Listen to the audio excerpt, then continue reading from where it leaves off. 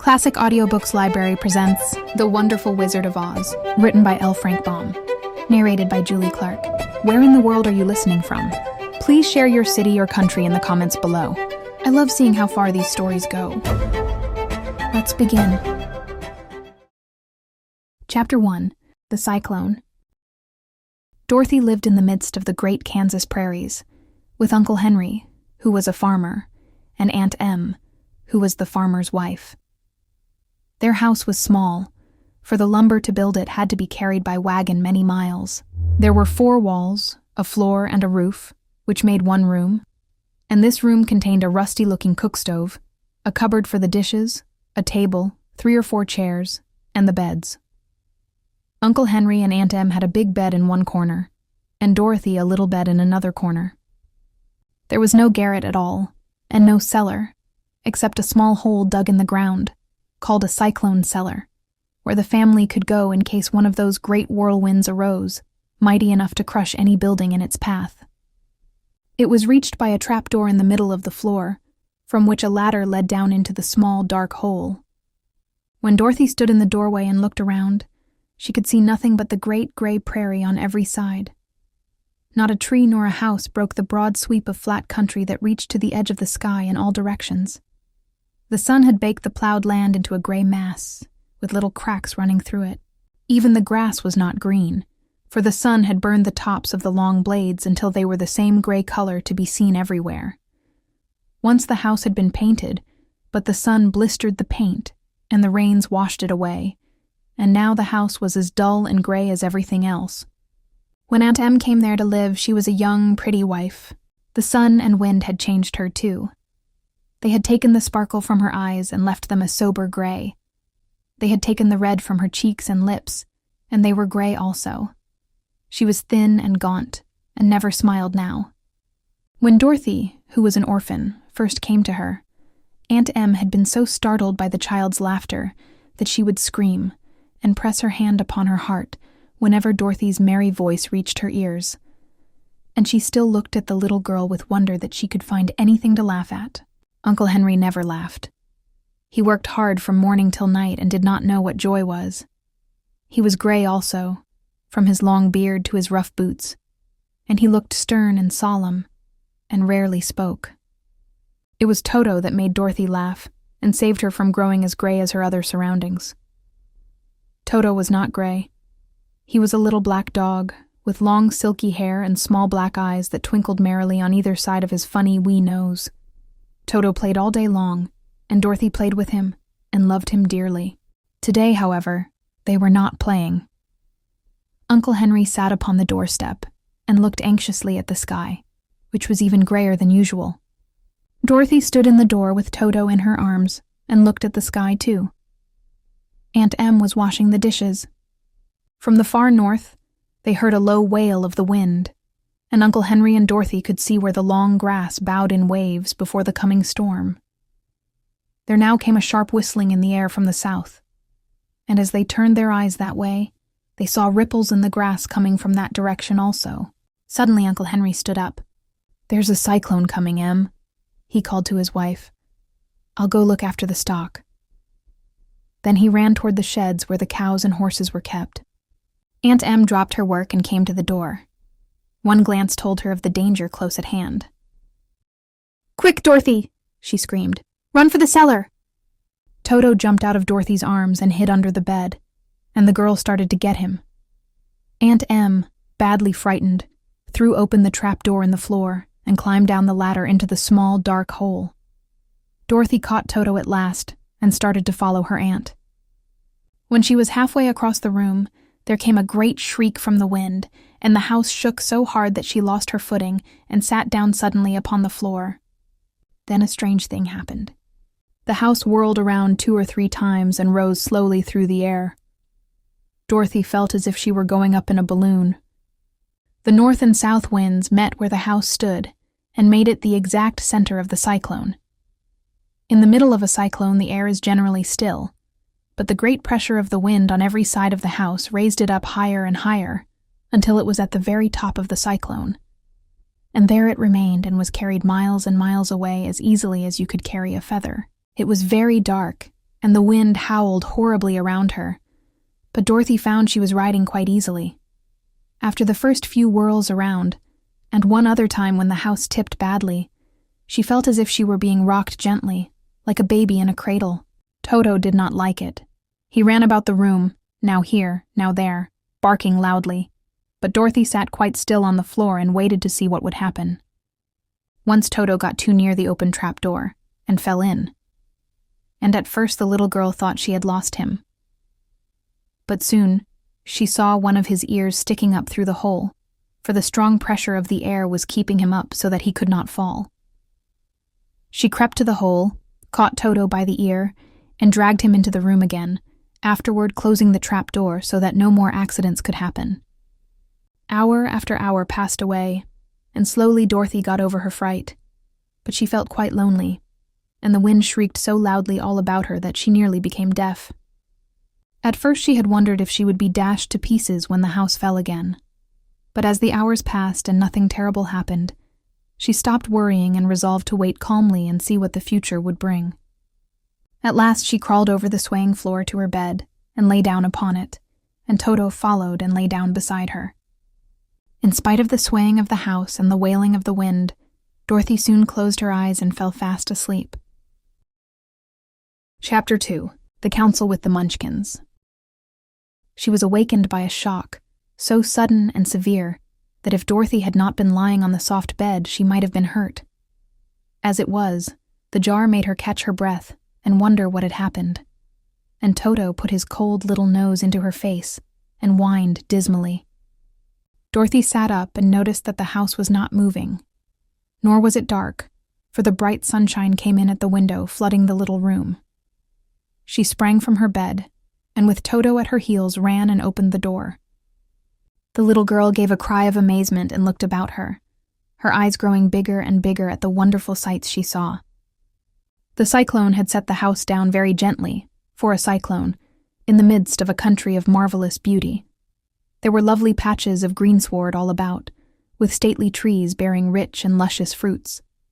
Banks of gorgeous flowers were on every hand, and birds with rare and brilliant plumage sang and fluttered in the trees and bushes. A little way off was a small brook, rushing and sparkling along between green banks, and murmuring in a voice very grateful to a little girl who had lived so long on the dry, gray prairies. While she stood looking eagerly at the strange and beautiful sights, she noticed coming toward her a group of the queerest people she had ever seen.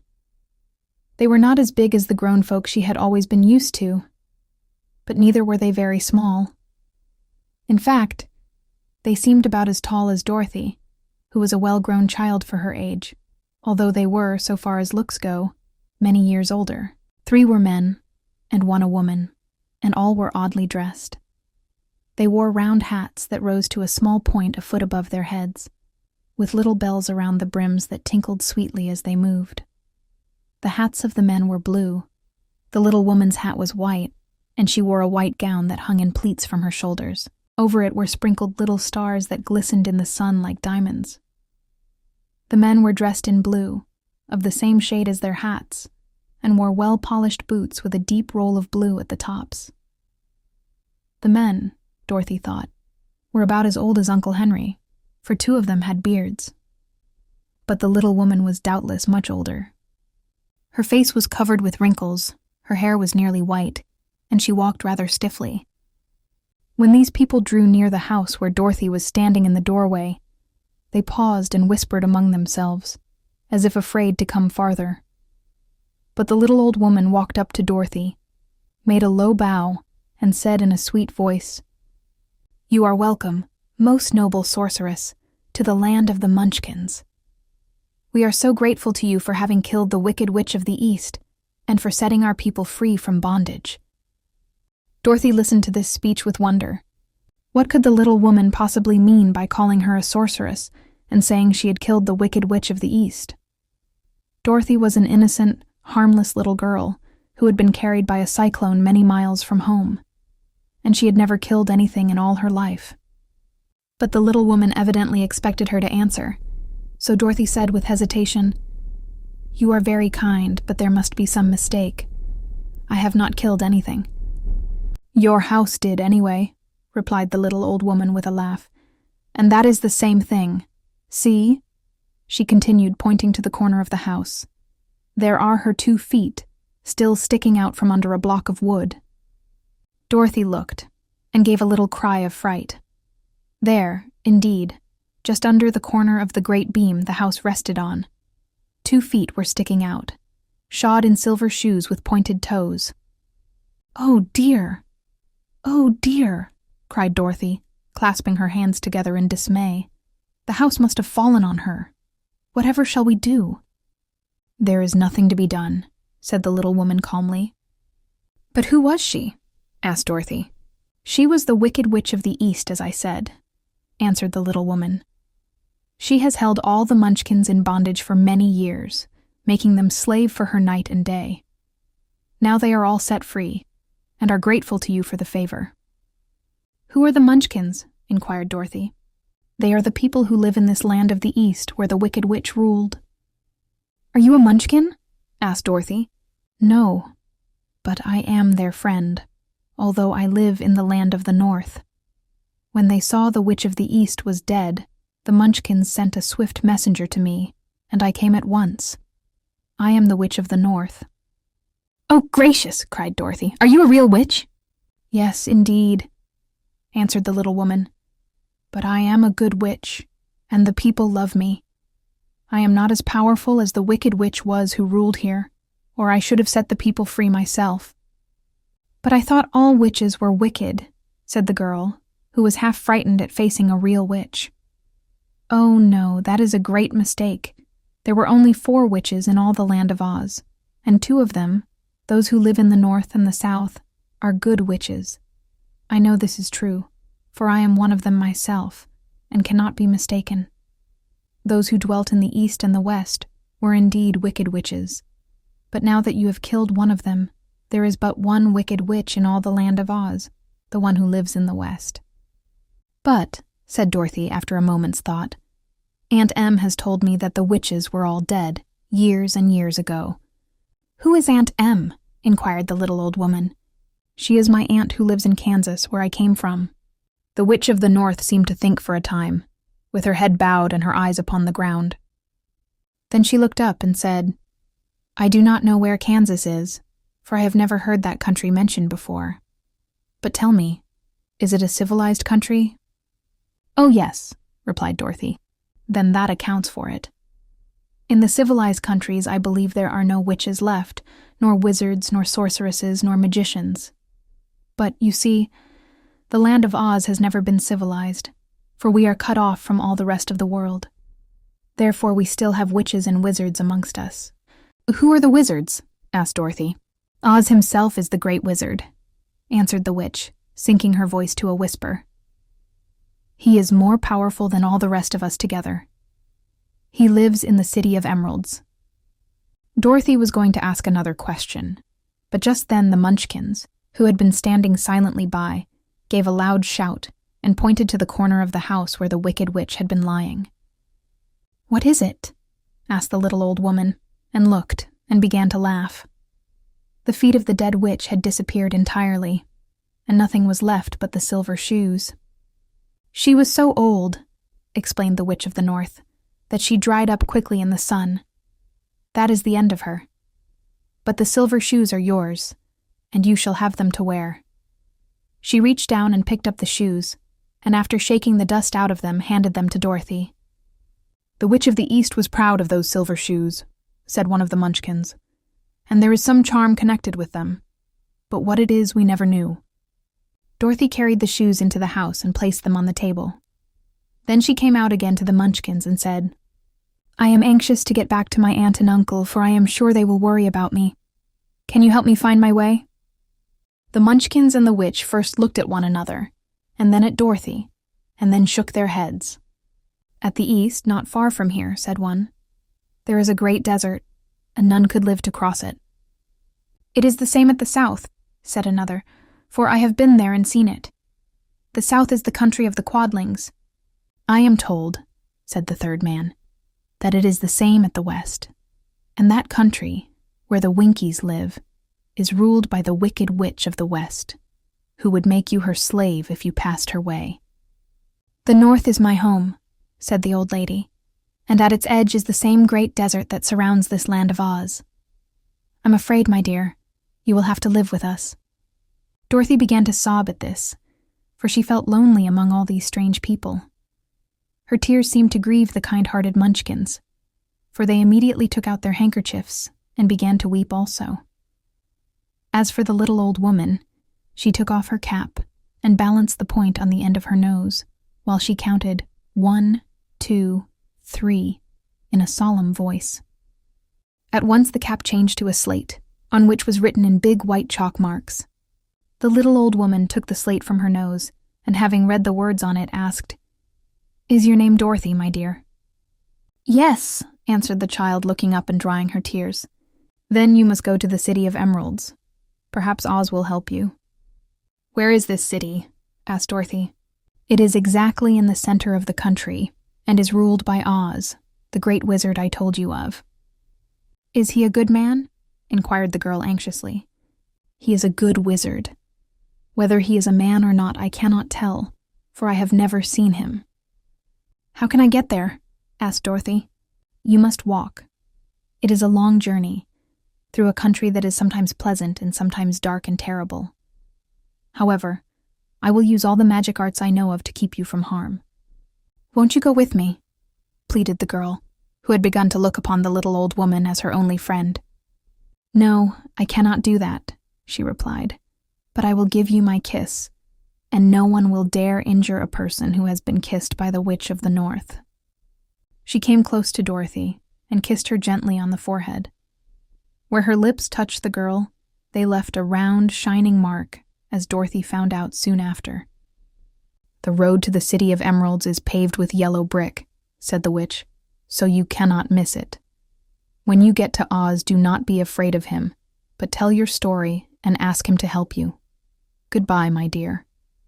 The 3 Munchkins bowed low to her and wished her a pleasant journey, after which they walked away through the trees.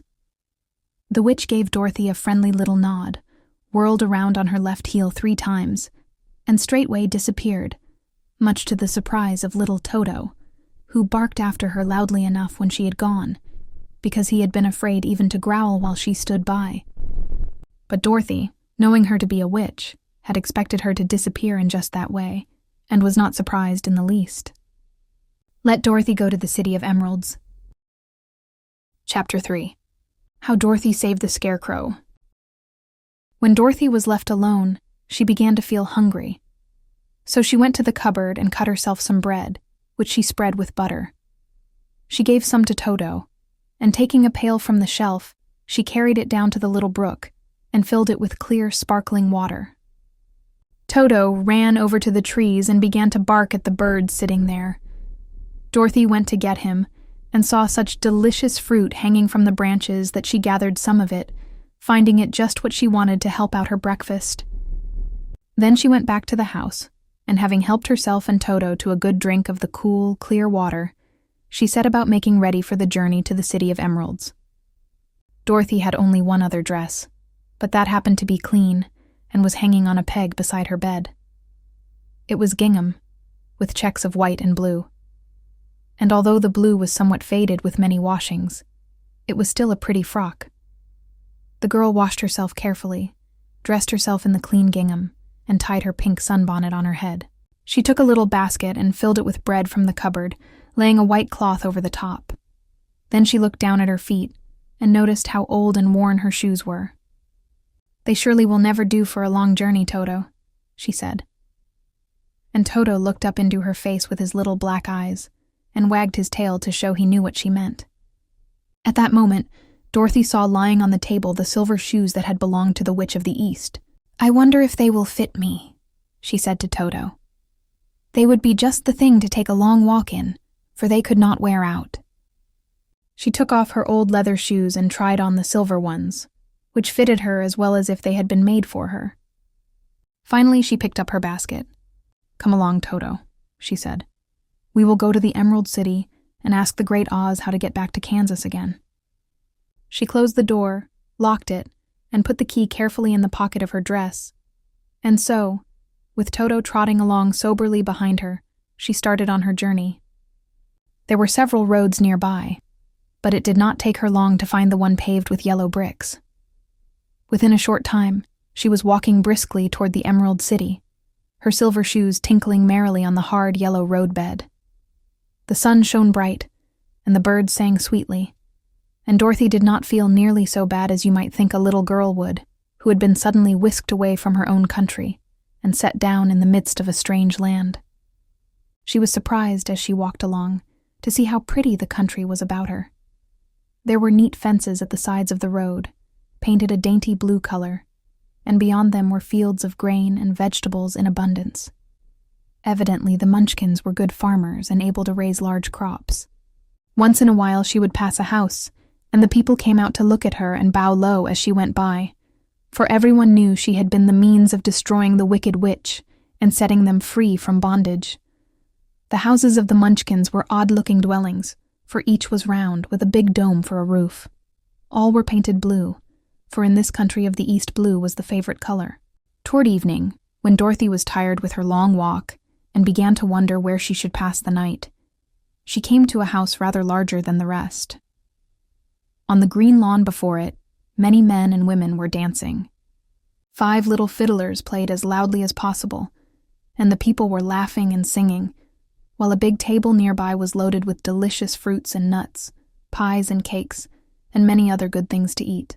The people greeted Dorothy kindly and invited her to supper and to pass the night with them, for this was the home of one of the richest Munchkins in the land, and his friends were gathered with him to celebrate their freedom from the bondage of the wicked witch. Dorothy ate a hearty supper and was waited upon by the rich Munchkin himself, whose name was Bok.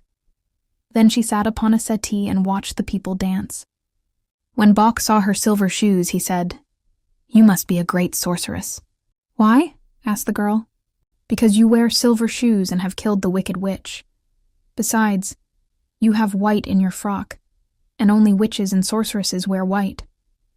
"My dress is blue and white checked," said Dorothy, smoothing out the wrinkles in it. "It is kind of you to wear that," said Bok. "Blue is the color of the Munchkins, and white is the witch color, so we know you are a friendly witch." Dorothy did not know what to say to this, for all the people seemed to think her a witch, and she knew very well she was only an ordinary little girl who had come by the chance of a cyclone into a strange land. When she had tired watching the dancing, Bok led her into the house, where he gave her a room with a pretty bed in it.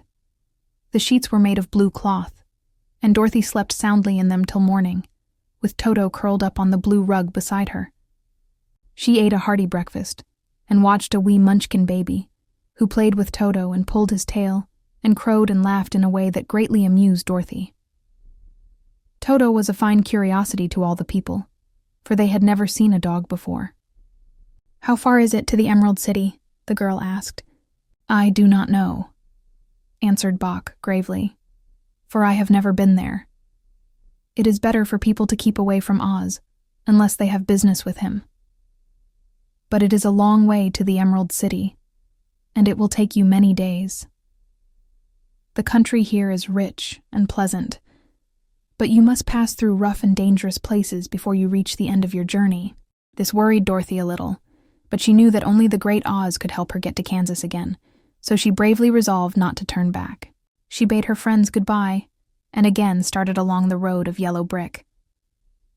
When she had gone several miles, she thought she would stop to rest, and so climbed to the top of the fence beside the road and sat down. There was a great cornfield beyond the fence, and not far away she saw a scarecrow placed high on a pole to keep the birds from the ripe corn. Dorothy leaned her chin upon her hand and gazed thoughtfully at the scarecrow. Its head was a small sack stuffed with straw, with eyes, nose, and mouth painted on it to represent a face. An old pointed blue hat, that had belonged to some Munchkin, was perched on his head, and the rest of the figure was a blue suit of clothes, worn and faded, which had also been stuffed with straw.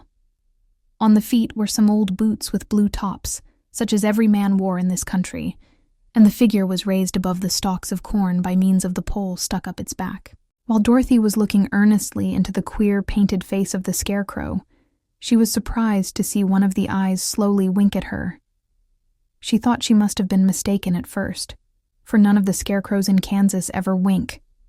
But presently the figure nodded its head to her in a friendly way. Then she climbed down from the fence and walked up to it, while Toto ran around the pole and barked. "Good day," said the Scarecrow in a rather husky voice. "Did you speak?" asked the girl in wonder. "Certainly," answered the Scarecrow. "How do you do?" "I'm pretty well, thank you," replied Dorothy politely. "How do you do?" "I'm not feeling well," said the Scarecrow with a smile, "for it is very tedious being perched up here night and day to scare away crows." "Can't you get down?" asked Dorothy. "No, for this pole is stuck up my back. If you will please take away the pole, I shall be greatly obliged to you." Dorothy reached up both arms and lifted the figure off the pole, for being stuffed with straw, it was quite light. "Thank you very much," said the Scarecrow when he had been set down on the ground. "I feel like a new man." Dorothy was puzzled at this, for it sounded queer to hear a stuffed man speak, and to see him bow and walk along beside her. "Who are you?" asked the Scarecrow when he had stretched himself and yawned. "And where are you going?" "My name is Dorothy," said the girl, "and I am going to the Emerald City to ask the Great Oz to send me back to Kansas." "Where is the Emerald City?" he inquired. "And who is Oz?" "Why, don't you know?" she returned in surprise. "No, indeed, I don't know anything. You see, I am stuffed, so I have no brains at all," he answered sadly. "Oh," said Dorothy, "I'm awfully sorry for you. Do you think," he asked, "if I go to the Emerald City with you, that Oz would give me some brains?" "I cannot tell," she returned, "but you may come with me if you like. If Oz will not give you any brains, you will be no worse off than you are now." "That is true," said the Scarecrow. "You see," he continued confidentially, "I don't mind my legs and arms and body being stuffed because I cannot get hurt. If anyone treads on my toes or sticks a pin into me, it doesn't matter, for I can't feel it. But I do not want people to call me a fool, and if my head stays stuffed with straw instead of with brains as yours is, how am I ever to know anything?" "I understand how you feel," said the little girl, who was truly sorry for him. "If you will come with me, I'll ask Oz to do all he can for you." "Thank you," he answered gratefully. They walked back to the road. Dorothy helped him over the fence, and they started along the path of yellow brick for the Emerald City. Toto did not like this addition to the party at first. He smelled around the stuffed man as if he suspected there might be a nest of rats in the straw, and he often growled in an unfriendly way at the Scarecrow. "Don't mind Toto," said Dorothy to her new friend. "He never bites." "Oh, I'm not afraid," replied the Scarecrow. "He can't hurt the straw. Do let me carry that basket for you. I shall not mind it, for I can't get tired. I'll tell you a secret," he continued, as he walked along. "There is only one thing in the world I am afraid of." "What is that?" asked Dorothy. "The Munchkin farmer who made you?" "No," answered the Scarecrow, "it's a lighted match." Chapter 4. The Road Through the Forest. After a few hours the road began to be rough, and the walking grew so difficult that the Scarecrow often stumbled over the yellow bricks, which were here very uneven.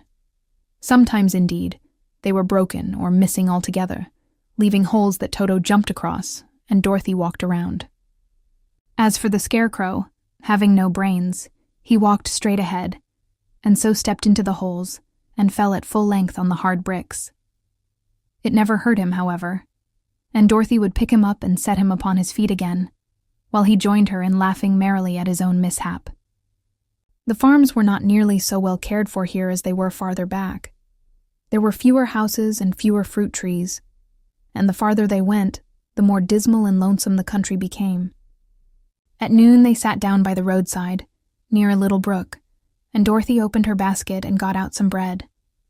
She offered a piece to the Scarecrow, but he refused. "I am never hungry," he said. "And it is a lucky thing I am not, for my mouth is only painted. And if I should cut a hole in it so I could eat, the straw I am stuffed with would come out, and that would spoil the shape of my head." Dorothy saw at once that this was true, so she only nodded and went on eating her bread. "Tell me something about yourself and the country you came from," said the Scarecrow when she had finished her dinner. So she told him all about Kansas, and how gray everything was there, and how the cyclone had carried her to this queer land of Oz. The Scarecrow listened carefully and said, "I cannot understand why you should wish to leave this beautiful country and go back to the dry, gray place you call Kansas." "That is because you have no brains," answered the girl. "No matter how dreary and gray our homes are, we people of flesh and blood would rather live there than in any other country, be it ever so beautiful. There is no place like home." The Scarecrow sighed. "Of course I cannot understand it," he said. "If your heads were stuffed with straw like mine, you would probably all live in the beautiful places, and then Kansas would have no people at all. It is fortunate for Kansas that you have brains." "Won't you tell me a story while we are resting?" asked the child. The Scarecrow looked at her reproachfully and answered, "My life has been so short that I really know nothing whatever. I was only made day before yesterday. What happened in the world before that time is all unknown to me. Luckily, when the farmer made my head, one of the first things he did was to paint my ears, so that I heard what was going on. There was another Munchkin with him, and the first thing I heard was the farmer saying, 'How do you like those ears?' 'They aren't straight,' answered the other. 'Never mind,' said the farmer. 'They are ears just the same,' which was true enough. 'Now I'll make the eyes,' said the farmer. So he painted my right eye, and as soon as it was finished, I found myself looking at him and at everything around me with a great deal of curiosity, for this was my first glimpse of the world. 'That's a rather pretty eye,' remarked the Munchkin who was watching the farmer. 'Blue paint is just the color for eyes.' 'I think I'll make the other a little bigger,' said the farmer. And when the second eye was done, I could see much better than before. Then he made my nose and my mouth. But I did not speak, because at that time I didn't know what a mouth was for. I had the fun of watching them make my body and my arms and legs, and when they fastened on my head, at last, I felt very proud, for I thought I was just as good a man as anyone. 'This fellow will scare the crows fast enough,' said the farmer. 'He looks just like a man.' 'Why, he is a man,' said the other, and I quite agreed with him. The farmer carried me under his arm to the cornfield and set me up on a tall stick where you found me. He and his friend soon after walked away and left me alone. I did not like to be deserted this way, so I tried to walk after them. But my feet would not touch the ground, and I was forced to stay on that pole. It was a lonely life to lead, for I had nothing to think of, having been made such a little while before. Many crows and other birds flew into the cornfield, but as soon as they saw me, they flew away again, thinking I was a Munchkin, and this pleased me and made me feel that I was quite an important person. By and by, an old crow flew near me, and after looking at me carefully, he perched upon my shoulder and said, "I wonder if that farmer thought to fool me in this clumsy manner. Any crow of sense could see that you are only stuffed with straw." Then he hopped down at my feet and ate all the corn he wanted. The other birds, seeing he was not harmed by me, came to eat the corn too, so in a short time there was a great flock of them about me. I felt sad at this, for it showed I was not such a good scarecrow after all. But the old crow comforted me, saying, "If you only had brains in your head, you would be as good a man as any of them, and a better man than some of them. Brains are the only things worth having in this world, no matter whether one is a crow or a man." After the crows had gone, I thought this over, and decided I would try hard to get some brains. By good luck you came along and pulled me off the stake, and from what you say, I am sure the great Oz will give me brains as soon as we get to the Emerald City. "I hope so," said Dorothy earnestly, "since you seem anxious to have them." "Oh yes, I am anxious," returned the Scarecrow. "It is such an uncomfortable feeling to know one is a fool." "Well," said the girl, "let us go." And she handed the basket to the Scarecrow. There were no fences at all by the roadside now, and the land was rough and untilled. Toward evening, they came to a great forest, where the trees grew so big and close together that their branches met over the road of yellow brick. It was almost dark under the trees, for the branches shut out the daylight, but the travelers did not stop and went on into the forest. "If this road goes in, it must come out," said the Scarecrow. "And as the Emerald City is at the other end of the road, we must go wherever it leads us." "Anyone would know that," said Dorothy. "Certainly. That is why I know it," returned the Scarecrow. "If it required brains to figure it out, I never should have said it." After an hour or so, the light faded away, and they found themselves stumbling along in the darkness. Dorothy could not see at all, but Toto could, for some dogs see very well in the dark, and the Scarecrow declared he could see as well as by day. So she took hold of his arm and managed to get along fairly well. "If you see any house, or any place where we can pass the night," she said, "you must tell me, for it is very uncomfortable walking in the dark." Soon after, the Scarecrow stopped. "I see a little cottage at the right of us," he said, "built of logs and branches. Shall we go there?" "Yes, indeed," answered the child. "I am all tired out." So the Scarecrow led her through the trees until they reached the cottage, and Dorothy entered and found a bed of dried leaves in one corner. She lay down at once, and with Toto beside her, soon fell into a sound sleep. The Scarecrow, who was never tired, stood up in another corner and waited patiently until morning came. Chapter 5. The Rescue of the Tin Woodman. When Dorothy awoke, the sun was shining through the trees, and Toto had long been out chasing birds around him and squirrels. She sat up and looked around her. Scarecrow, still standing patiently in his corner, waiting for her. "We must go and search for water," she said to him. "Why do you want water?" he asked. "To wash my face clean after the dust of the road, and to drink, so the dry bread will not stick in my throat."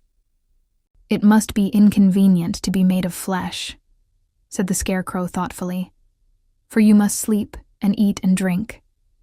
However, you have brains, and it is worth a lot of bother to be able to think properly." They left the cottage and walked through the trees until they found a little spring of clear water, where Dorothy drank and bathed and ate her breakfast.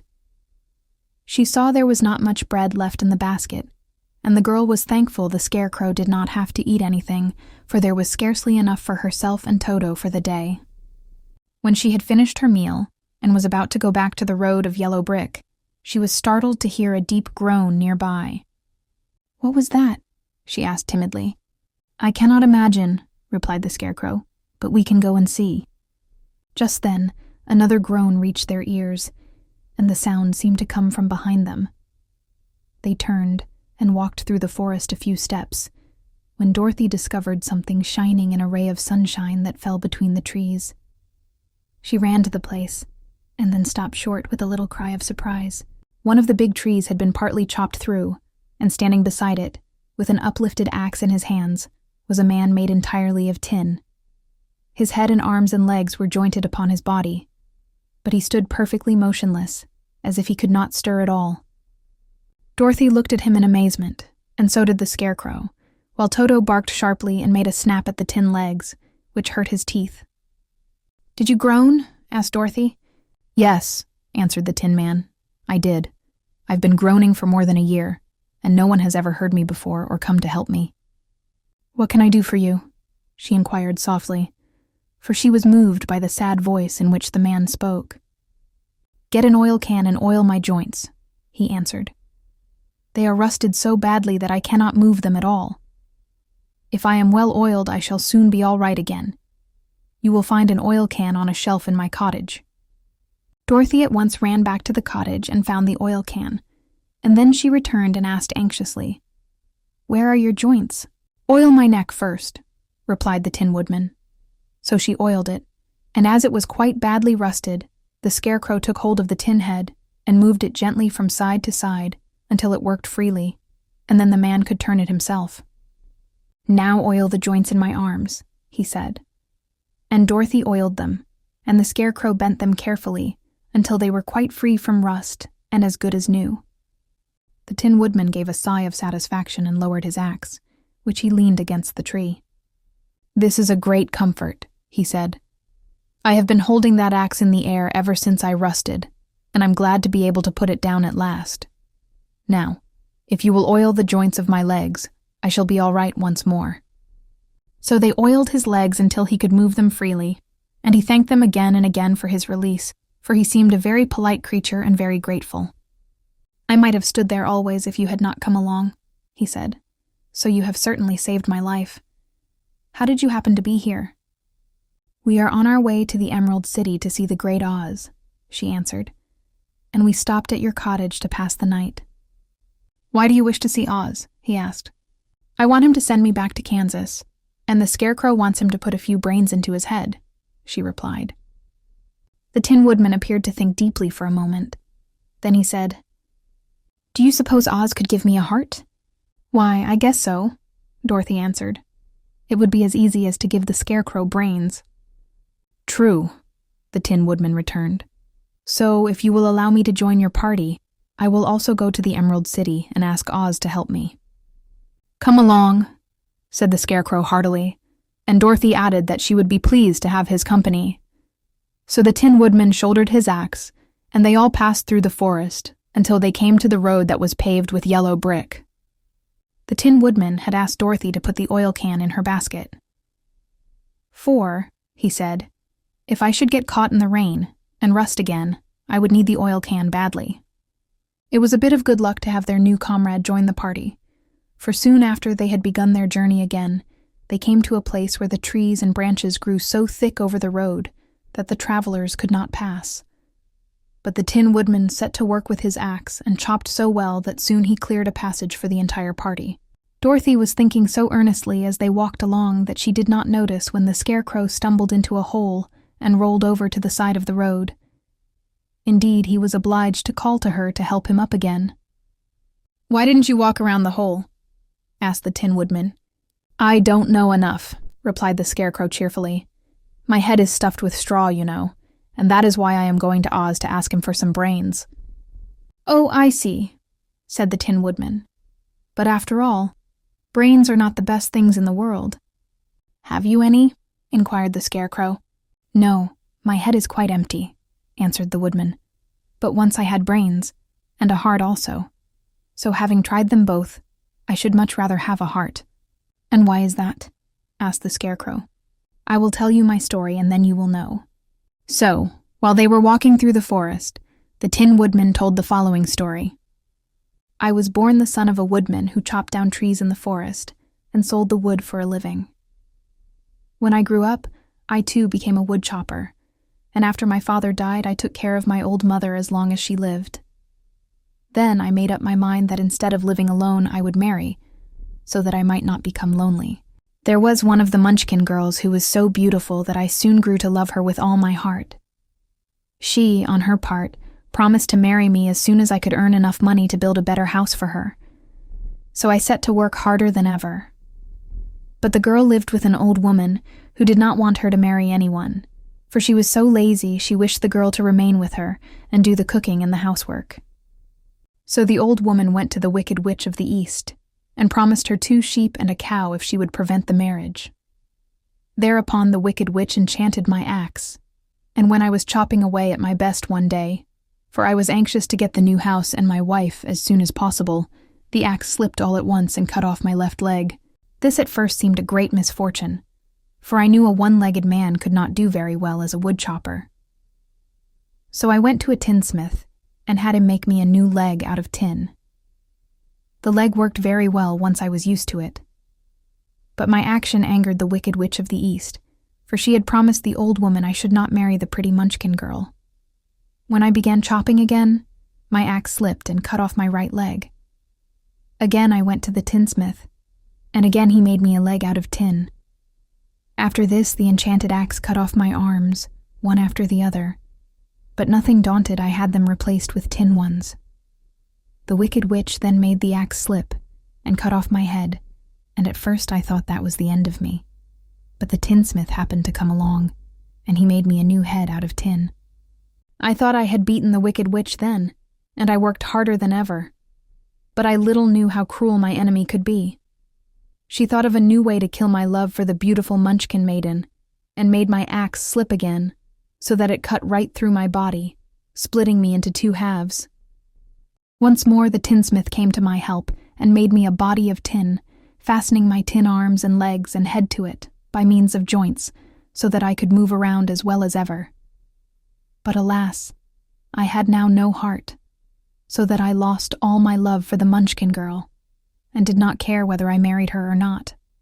I suppose she is still living with the old woman, waiting for me to come after her. My body shone so brightly in the sun that I felt very proud of it, and it did not matter now if my axe slipped, for it could not cut me. There was only one danger, that my joints would rust, but I kept an oil can in my cottage and took care to oil myself whenever I needed it. However, there came a day when I forgot to do this, and being caught in a rainstorm, before I thought of the danger my joints had rusted, and I was left to stand in the woods until you came to help me. It was a terrible thing to undergo, but during the year I stood there I had time to think that the greatest loss I had known was the loss of my heart. While I was in love, I was the happiest man on earth. But no one can love who has not a heart, and so I am resolved to ask Oz to give me one. If he does, I will go back to the Munchkin maiden and marry her. Both Dorothy and the Scarecrow had been greatly interested in the story of the Tin Woodman, and now they knew why he was so anxious to get a new heart. "All the same," said the Scarecrow, "I shall ask for brains instead of a heart, for a fool would not know what to do with a heart if he had one."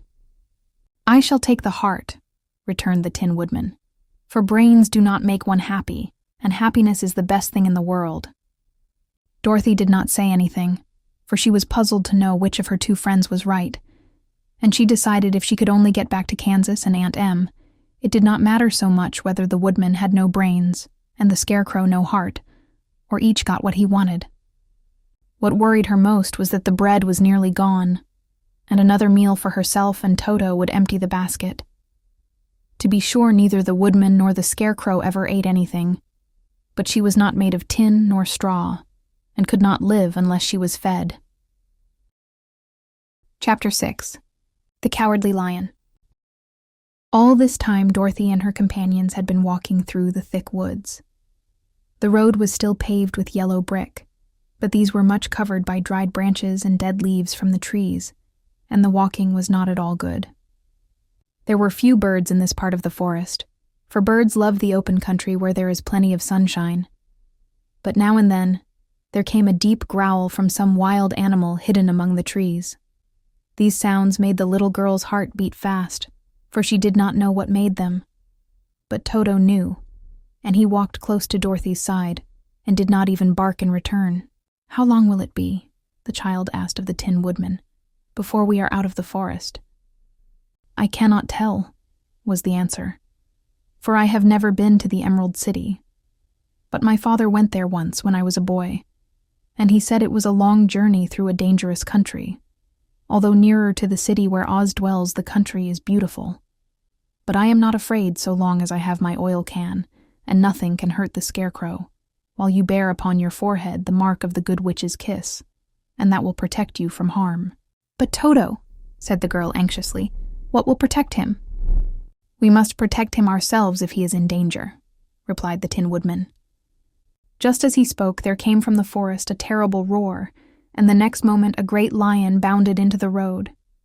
With one blow of his paw, he sent the Scarecrow spinning over and over to the edge of the road, and then he struck at the Tin Woodman with his sharp claws. But, to the lion's surprise, he could make no impression on the tin, although the Woodman fell over in the road and lay still. Little Toto, now that he had an enemy to face, ran barking toward the lion, and the great beast had opened his mouth to bite the dog, when Dorothy, fearing Toto would be killed, and heedless of danger, rushed forward and slapped the lion upon his nose as hard as she could, while she cried out, "Don't you dare to bite Toto! You ought to be ashamed of yourself, a big beast like you, to bite a poor little dog." "I didn't bite him," said the lion, as he rubbed his nose with his paw where Dorothy had hit it. "No, but you tried to," she retorted. "You are nothing but a big coward." "I know it," said the lion, hanging his head in shame. "I've always known it. But how can I help it? I don't know, I'm sure. To think of your striking a stuffed man, like the poor Scarecrow." "Is he stuffed?" asked the lion in surprise, as he watched her pick up the Scarecrow and set him upon his feet, while she patted him into shape again. "Of course he's stuffed," replied Dorothy, who was still angry. "That's why he went over so easily," remarked the lion. "It astonished me to see him whirl around so. Is the other one stuffed also?" "No," said Dorothy. "He's made of tin." And she helped the Woodman up again. "That's why he nearly blunted my claws," said the lion. "When they scratched against the tin, it made a cold shiver run down my back." "What is that little animal you are so tender of?" "He is my dog, Toto," answered Dorothy. "Is he made of tin or stuffed?" asked the lion. "Neither. He's a meat dog," said the girl. "Oh, he's a curious animal and seems remarkably small now that I look at him. No one would think of biting such a little thing, except a coward like me," continued the lion sadly. "What makes you a coward?" asked Dorothy, looking at the great beast in wonder, for he was as big as a small horse. "It's a mystery," replied the lion. "I suppose I was born that way. All the other animals in the forest naturally expect me to be brave, for the lion is everywhere thought to be the king of beasts. I learned that if I roared very loudly, every living thing was frightened and got out of my way.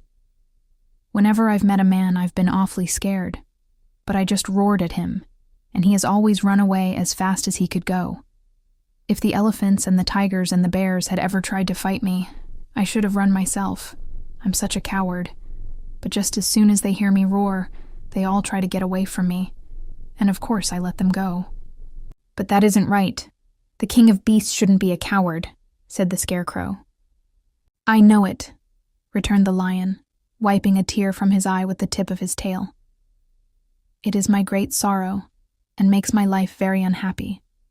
But whenever there is danger, my heart begins to beat fast." "Perhaps you have heart disease," said the Tin Woodman. "It may be," said the lion. "If you have," continued the Tin Woodman, "you ought to be glad, for it proves you have a heart. For my part, I have no heart, so I cannot have heart disease."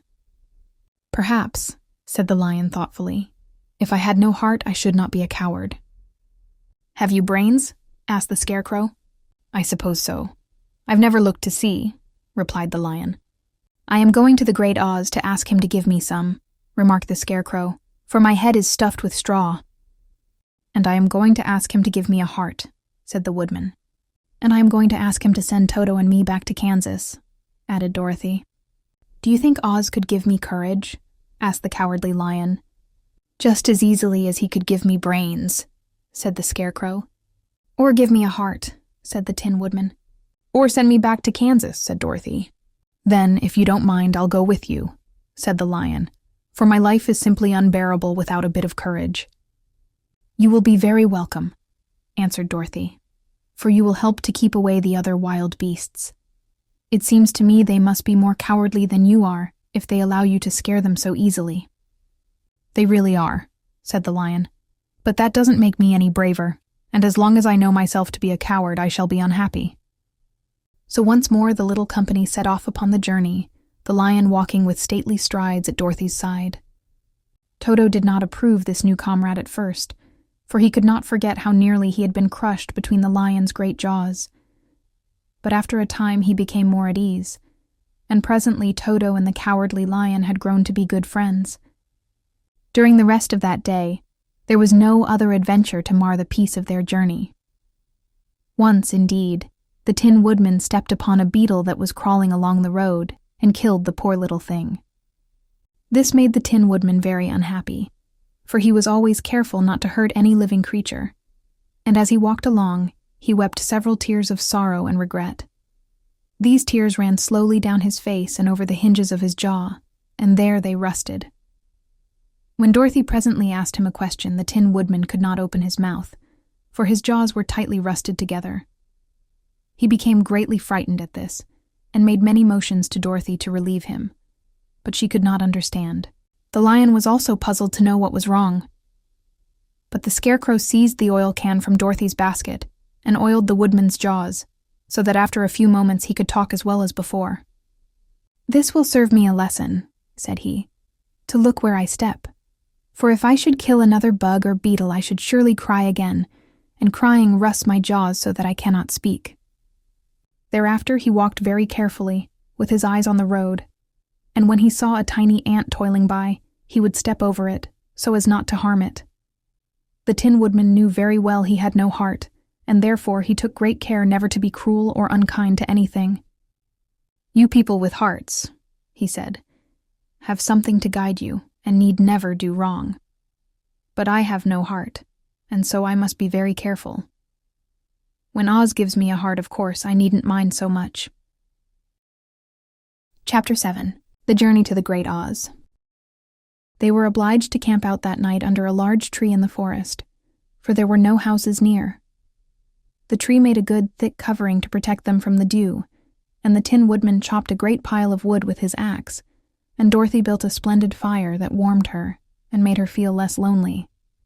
She and Toto ate the last of their bread, and now she did not know what they would do for breakfast. "If you wish," said the lion, "I will go into the forest and kill a deer for you. You can roast it by the fire, since your tastes are so peculiar that you prefer cooked food, and then you will have a very good breakfast." "Don't, please don't," begged the Tin Woodman. "I should certainly weep if you killed a poor deer, and then my jaws would rust again." But the lion went away into the forest and found his own supper, and no one ever knew what it was, for he didn't mention it. And the Scarecrow found a tree full of nuts, and filled Dorothy's basket with them, so that she would not be hungry for a long time. She thought this was very kind and thoughtful of the Scarecrow, but she laughed heartily at the awkward way in which the poor creature picked up the nuts. His padded hands were so clumsy, and the nuts were so small that he dropped almost as many as he put in the basket.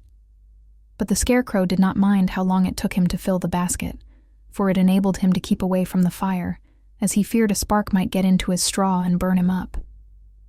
So he kept a good distance away from the flames, and only came near to cover Dorothy with dry leaves when she lay down to sleep. These kept her very snug and warm, and she slept soundly until morning.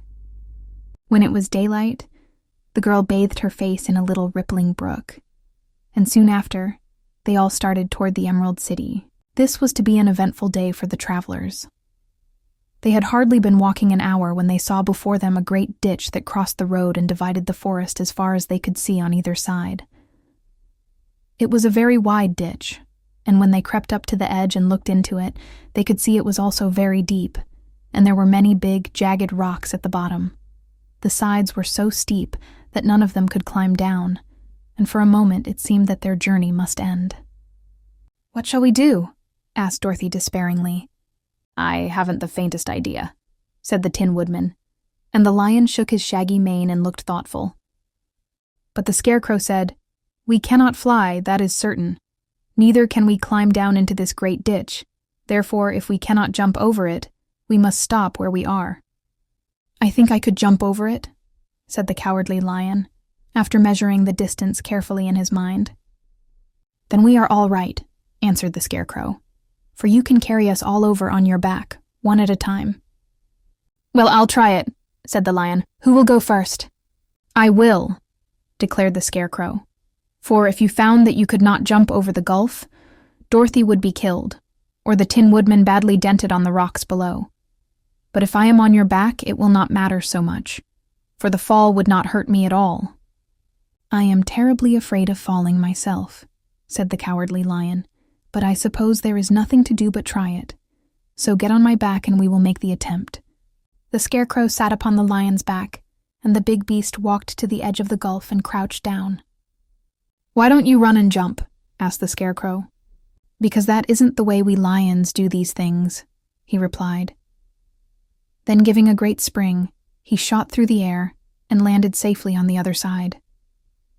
They were all greatly pleased to see how easily he did it, and after the Scarecrow had got down from his back, the lion sprang across the ditch again. Dorothy thought she would go next, so she took Toto in her arms and climbed on the lion's back, holding tightly to his mane with one hand. The next moment, it seemed as if she were flying through the air. And then, before she had time to think about it, she was safe on the other side. The lion went back a third time and got the Tin Woodman, and then they all sat down for a few moments to give the beast a chance to rest, for his great leaps had made his breath short, and he panted like a big dog that has been running too long. They found the forest very thick on this side, and it looked dark and gloomy. After the lion had rested, they started along the road of yellow brick, silently wondering, each in his own mind, if ever they would come to the end of the woods and reach the bright sunshine again. To add to their discomfort, they soon heard strange noises in the depths of the forest, and the lion whispered to them that it was in this part of the country that the Kalidas lived. "What are the Kalidas?" asked the girl. "They are monstrous beasts with bodies like bears and heads like tigers," replied the lion, "and with claws so long and sharp that they could tear me in two as easily as I could kill Toto. I'm terribly afraid of the Kalidas." "I'm not surprised that you are," returned Dorothy. "They must be dreadful beasts." The lion was about to reply, when suddenly they came to another gulf across the road. But this one was so broad and deep that the lion knew at once he could not leap across it. So they sat down to consider what they should do, and after serious thought the Scarecrow said, "Here is a great tree standing close to the ditch. If the Tin Woodman can chop it down so that it will fall to the other side, we can walk across it easily." "That is a first-rate idea," said the lion. "One would almost suspect you had brains in your head instead of straw." The woodman set to work at once, and so sharp was his axe that the tree was soon chopped nearly through. Then the lion put his strong front legs against the tree and pushed with all his might, and slowly the big tree tipped and fell with a crash across the ditch, with its top branches on the other side. They had just started to cross this queer bridge when a sharp growl made them all look up, and to their horror they saw running toward them two great beasts with bodies like bears and heads like tigers. "They are the Kalidas," said the cowardly lion, beginning to tremble. "Quick," cried the Scarecrow, "let us cross over." So Dorothy went first, holding Toto in her arms. The Tin Woodman followed, and the Scarecrow came next. The lion, although he was certainly afraid, turned to face the Kalidas, and then he gave so loud and terrible a roar that Dorothy screamed, and the Scarecrow fell over backward, while even the fierce beast stopped short and looked at him in surprise. But, seeing they were bigger than the lion, and remembering that there were two of them and only one of him, the Kalidas again rushed forward, and the lion crossed over the tree and turned to see what they would do next. Without stopping an instant, the fierce beasts also began to cross the tree, and the lion said to Dorothy, "We are lost, for they will surely tear us to pieces with their sharp claws. But stand close behind me, and I will fight them as long as I am alive." "Wait a minute," called the Scarecrow. He had been thinking what was best to be done, and now he asked the woodman to chop away the end of the tree that rested on their side of the ditch. The Tin Woodman began to use his axe at once, and, just as the two Kalidas were nearly across, the tree fell with a crash into the gulf, carrying the ugly, snarling brutes with it, and both were dashed to pieces on the sharp rocks at the bottom. "Well," said the cowardly lion, drawing a long breath of relief, "I see we are going to live a little while longer, and I am glad of it, for it must be a very uncomfortable thing not to be alive. Those creatures frightened me so badly that my heart is beating yet." Said the Tin Woodman sadly. "I wish I had a heart to beat." This adventure made the travelers more anxious than ever to get out of the forest, and they walked so fast that Dorothy became tired and had to ride on the lion's back. To their great joy, the trees became thinner the farther they advanced, and in the afternoon they suddenly came upon a broad river flowing swiftly just before them. On the other side of the water, they could see the road of yellow brick running through a beautiful country, with green meadows dotted with bright flowers, and all the road bordered with trees hanging full of delicious fruits. They were greatly pleased to see this delightful country before them. "How shall we cross the river?" asked Dorothy. "That is easily done," replied the Scarecrow. "The Tin Woodman must build us a raft, so we can float to the other side." So the woodman took his axe and began to chop down small trees to make a raft, and while he was busy at this, the Scarecrow found on the riverbank a tree full of fine fruit. This pleased Dorothy, who had eaten nothing but nuts all day, and she made a hearty meal of the ripe fruit. But it takes time to make a raft, even when one is as industrious and untiring as the Tin Woodman, and when night came the work was not done. So they found a cozy place under the trees where they slept well until the morning, and Dorothy dreamed of the Emerald City, and of the good wizard Oz, who would soon send her back to her own home again. Chapter 8. The Deadly Poppy Field. Our little party of travelers awakened the next morning refreshed and full of hope, and Dorothy breakfasted like a princess off peaches and plums from the trees beside the river. Behind them was the dark forest they had passed safely through, although they had suffered many discouragements. But before them was a lovely, sunny country that seemed to beckon them on to the Emerald City. To be sure, the broad river now cut them off from this beautiful land, but the raft was nearly done, and after the Tin Woodman had cut a few more logs and fastened them together with wooden pins, they were ready to start. Dorothy sat down in the middle of the raft and held Toto in her arms. When the Cowardly Lion stepped upon the raft, it tipped badly, for he was big and heavy, but the Scarecrow and the Tin Woodman stood upon the other end to steady it, and they had long poles in their hands to push the raft through the water. They got along quite well at first, but when they reached the middle of the river, the swift current swept the raft downstream, farther and farther away from the road of yellow brick, and the water grew so deep that the long poles would not touch the bottom. "This is bad," said the Tin Woodman, "for if we cannot get to the land, we shall be carried into the country of the Wicked Witch of the West, and she will enchant us and make us her slaves." "And then I should get no brains," said the Scarecrow. "And I should get no courage," said the Cowardly Lion. "And I should get no heart," said the Tin Woodman. "And I should never get back to Kansas," said Dorothy. "We must certainly get to the Emerald City if we can," the Scarecrow continued, and he pushed so hard on his long pole that it stuck fast in the mud at the bottom of the river. Then, before he could pull it out again, or let go, the raft was swept away, and the poor Scarecrow left clinging to the pole in the middle of the river. "Goodbye," he called after them, and they were very sorry to leave him. Indeed, the Tin Woodman began to cry, but fortunately remembered that he might rust, and so dried his tears on Dorothy's apron. Of course this was a bad thing for the Scarecrow. "I am now worse off than when I first met Dorothy," he thought. "Then I was stuck on a pole in a cornfield, where I could make-believe scare the crows at any rate.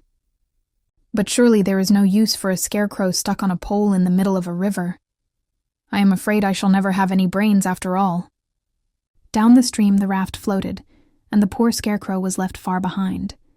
Then the Lion said, "Something must be done to save us. I think I can swim to the shore and pull the raft after me, if you will only hold fast to the tip of my tail." So he sprang into the water, and the Tin Woodman caught fast hold of his tail. Then the Lion began to swim with all his might toward the shore. It was hard work, although he was so big. But by and by they were drawn out of the current, and then Dorothy took the Tin Woodman's long pole and helped push the raft to the land.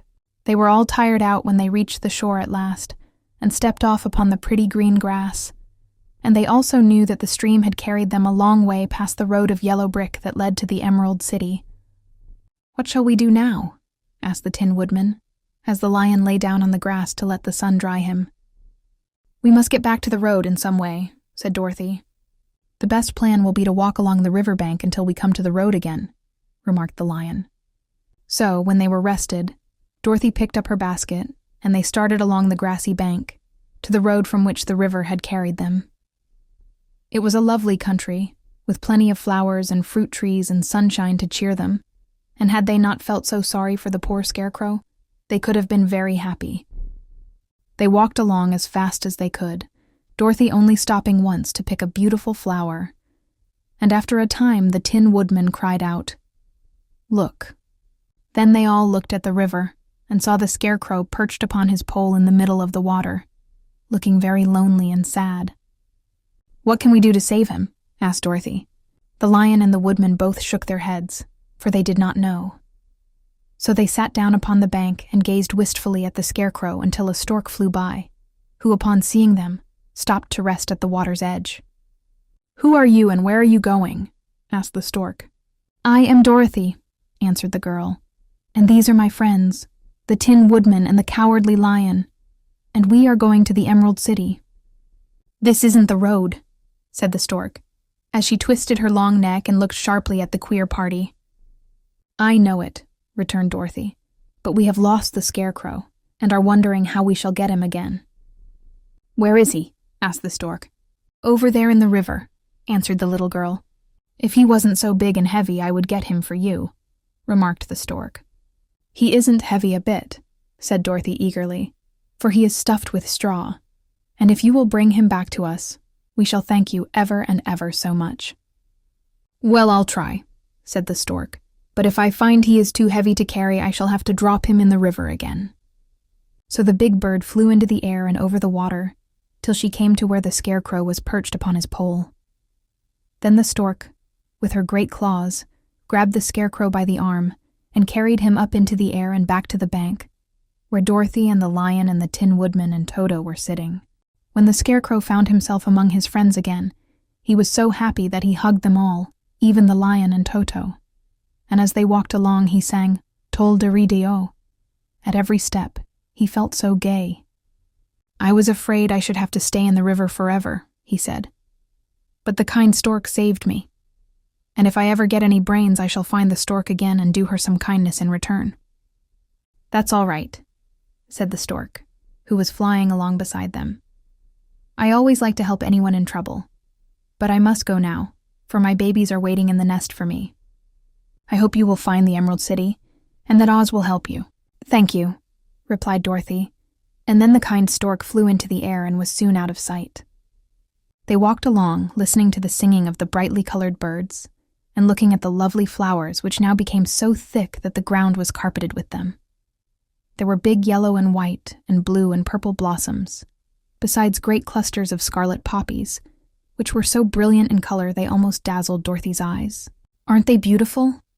the girl asked, as she breathed in the spicy scent of the bright flowers.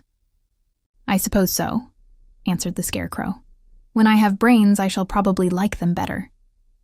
"If I only had a heart, I should love them," added the Tin Woodman. "I always did like flowers," said the lion. "They have seemed so helpless and frail, but there are none in the forest so bright as these." They now came upon more and more of the big scarlet poppies, and fewer of the other flowers, and soon they found themselves in the midst of a great meadow of poppies. Now it is well known that when there are many of these flowers together, their odor is so powerful that anyone who breathes it falls asleep, and if the sleeper is not carried away from the scent of the flowers, he sleeps on and on forever. But Dorothy did not know this, nor could she get away from the bright red flowers that were everywhere about. So presently her eyes grew heavy and she felt she must sit down to rest and to sleep. But the Tin Woodman would not let her do this. "We must hurry and get back to the road of yellow brick before dark," he said, and the Scarecrow agreed with him. So they kept walking until Dorothy could stand no longer. Her eyes closed in spite of herself, and she forgot where she was, and fell among the poppies, fast asleep. "What shall we do?" asked the Tin Woodman. "If we leave her here, she will die," said the lion. "The smell of the flowers is killing us all. I myself can scarcely keep my eyes open, and the dog is asleep already." It was true. Toto had fallen down beside his little mistress. But the Scarecrow and the Tin Woodman, not being made of flesh, were not troubled by the scent of the flowers. "Run fast," said the Scarecrow to the lion, "and get out of this deadly flower bed as soon as you can. We will bring the little girl with us, but if you should fall asleep, you are too big to be carried." So the lion aroused himself and bounded forward as fast as he could go. In a moment he was out of sight. "Let us make a chair with our hands and carry her," said the Scarecrow. So they picked up Toto and put the dog in Dorothy's lap, and then they made a chair with their hands for the seat and their arms for the arms, and carried the sleeping girl between them through the flowers. On and on they walked, and it seemed that the great carpet of deadly flowers that surrounded them would never end. They followed the bend of the river, and at last came upon their friend the lion, lying fast asleep among the poppies. The flowers had been too strong for the huge beast, and he had given up at last, and fallen only a short distance from the end of the poppy bed, where the sweet grass spread in beautiful green fields before them. "We can do nothing for him," said the Tin Woodman sadly, "for he is much too heavy to lift. We must leave him here to sleep on forever, and perhaps he will dream that he has found courage at last." "I'm sorry," said the Scarecrow. "The lion was a very good comrade for one so cowardly. But let us go on. They carried the sleeping girl to a pretty spot beside the river, far enough from the poppy field to prevent her breathing any more of the poison of the flowers, and here they laid her gently on the soft grass and waited for the fresh breeze to waken her. Chapter 9. The Queen of the Field Mice. "We cannot be far from the road of yellow brick now," remarked the Scarecrow as he stood beside the girl, "for we have come nearly as far as the river carried us away." The Tin Woodman was about to reply when he heard a low growl, and turning his head, which worked beautifully on hinges, he saw a strange beast come bounding over the grass toward them. It was indeed a great yellow wildcat, and the Woodman thought it must be chasing something, for its ears were lying close to its head, and its mouth was wide open, showing 2 rows of ugly teeth, while its red eyes glowed like balls of fire. As it came nearer, the Tin Woodman saw that running before the beast was a little gray field mouse, and although he had no heart, he knew it was wrong for the wildcat to try to kill such a pretty, harmless creature. So the Woodman raised his axe, and as the wildcat ran by, he gave it a quick blow that cut the beast's head clean off from its body, and it rolled over at his feet in 2 pieces. The field mouse, now that it was freed from its enemy, stopped short, and coming slowly up to the Woodman, it said, in a squeaky little voice, "Oh, thank you. Thank you ever so much for saving my life." "Don't speak of it, I beg of you," replied the Woodman. "I have no heart, you know, so I am careful to help all those who may need a friend, even if it happens to be only a mouse." "Only a mouse!" cried the little animal indignantly. "Why, I am a queen, the queen of all the field mice." "Oh, indeed," said the Woodman, making a bow. "Therefore you have done a great deed as well as a brave one in saving my life," added the queen. At that moment several mice were seen running up as fast as their little legs could carry them, and when they saw their queen they exclaimed, "Oh, your majesty, we thought you would be killed. How did you manage to escape the great wildcat?" They all bowed so low to the little queen that they almost stood upon their heads. "This funny tin man," she answered, "killed the wildcat and saved my life. So hereafter you must all serve him and obey his slightest wish." "We will!" cried all the mice, in a shrill chorus. And then they scampered in all directions, for Toto had awakened from his sleep, and seeing all these mice around him, he gave one bark of delight and jumped right into the middle of the group. Toto had always loved to chase mice when he lived in Kansas, and he saw no harm in it. But the Tin Woodman caught the dog in his arms and held him tight, while he called to the mice, come back, Toto shall not hurt you." At this, the Queen of the Mice stuck her head out from underneath a clump of grass and asked in a timid voice, "Are you sure he will not bite us?" "I will not let him," said the Woodman, "so do not be afraid."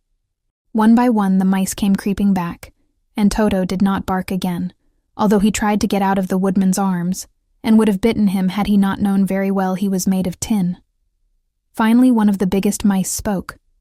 "Is there anything we can do," it asked, "to repay you for saving the life of our queen?" "Nothing that I know of," answered the Woodman. But the Scarecrow, who had been trying to think, but could not because his head was stuffed with straw, said quickly, "Oh yes, you can save our friend the cowardly lion who is asleep in the poppy bed." "A lion!" cried the little queen. "Why, he would eat us all up." "Oh no," declared the Scarecrow. "This lion is a coward." "Really?" asked the mouse. "He says so himself," answered the Scarecrow. "And he would never hurt anyone who is our friend. If you will help us to save him, I promise that he shall treat you all with kindness." "Very well," said the queen. "We trust you, but what shall we do? Are there many of these mice which call you queen and are willing to obey you?" "Oh yes, there are thousands," she replied. "Then send for them all to come here as soon as possible, and let each one bring a long piece of string." The queen turned to the mice that attended her, and told them to go at once and get all her people. As soon as they heard her orders, they ran away in every direction as fast as possible. "Now," said the Scarecrow to the Tin Woodman, "you must go to those trees by the riverside and make a truck that will carry the lion." So the Woodman went at once to the trees and began to work, and he soon made a truck out of the limbs of trees, from which he chopped away all the leaves and branches. He fastened it together with wooden pegs and made the 4 wheels out of short pieces of a big tree trunk.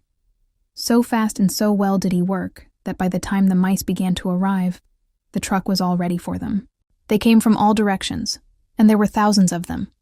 Big mice and little mice and middle-sized mice, and each one brought a piece of string in his mouth.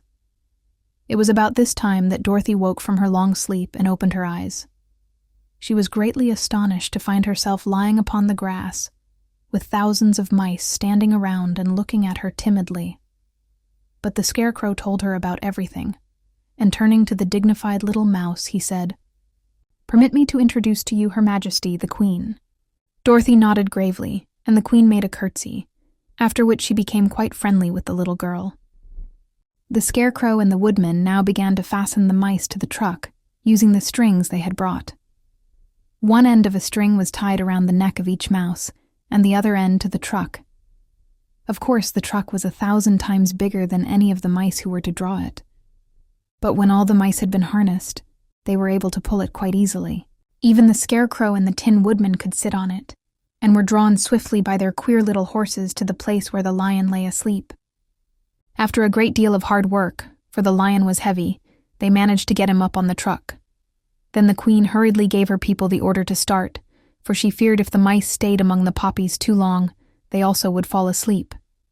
At first the little creatures, many though they were, could hardly stir the heavily loaded truck, but the Woodman and the Scarecrow both pushed from behind, and they got along better. Soon they rolled the lion out of the poppy bed to the green fields, where he could breathe the sweet fresh air again, instead of the poisonous scent of the flowers. Dorothy came to meet them and thanked the little mice warmly for saving her companion from death.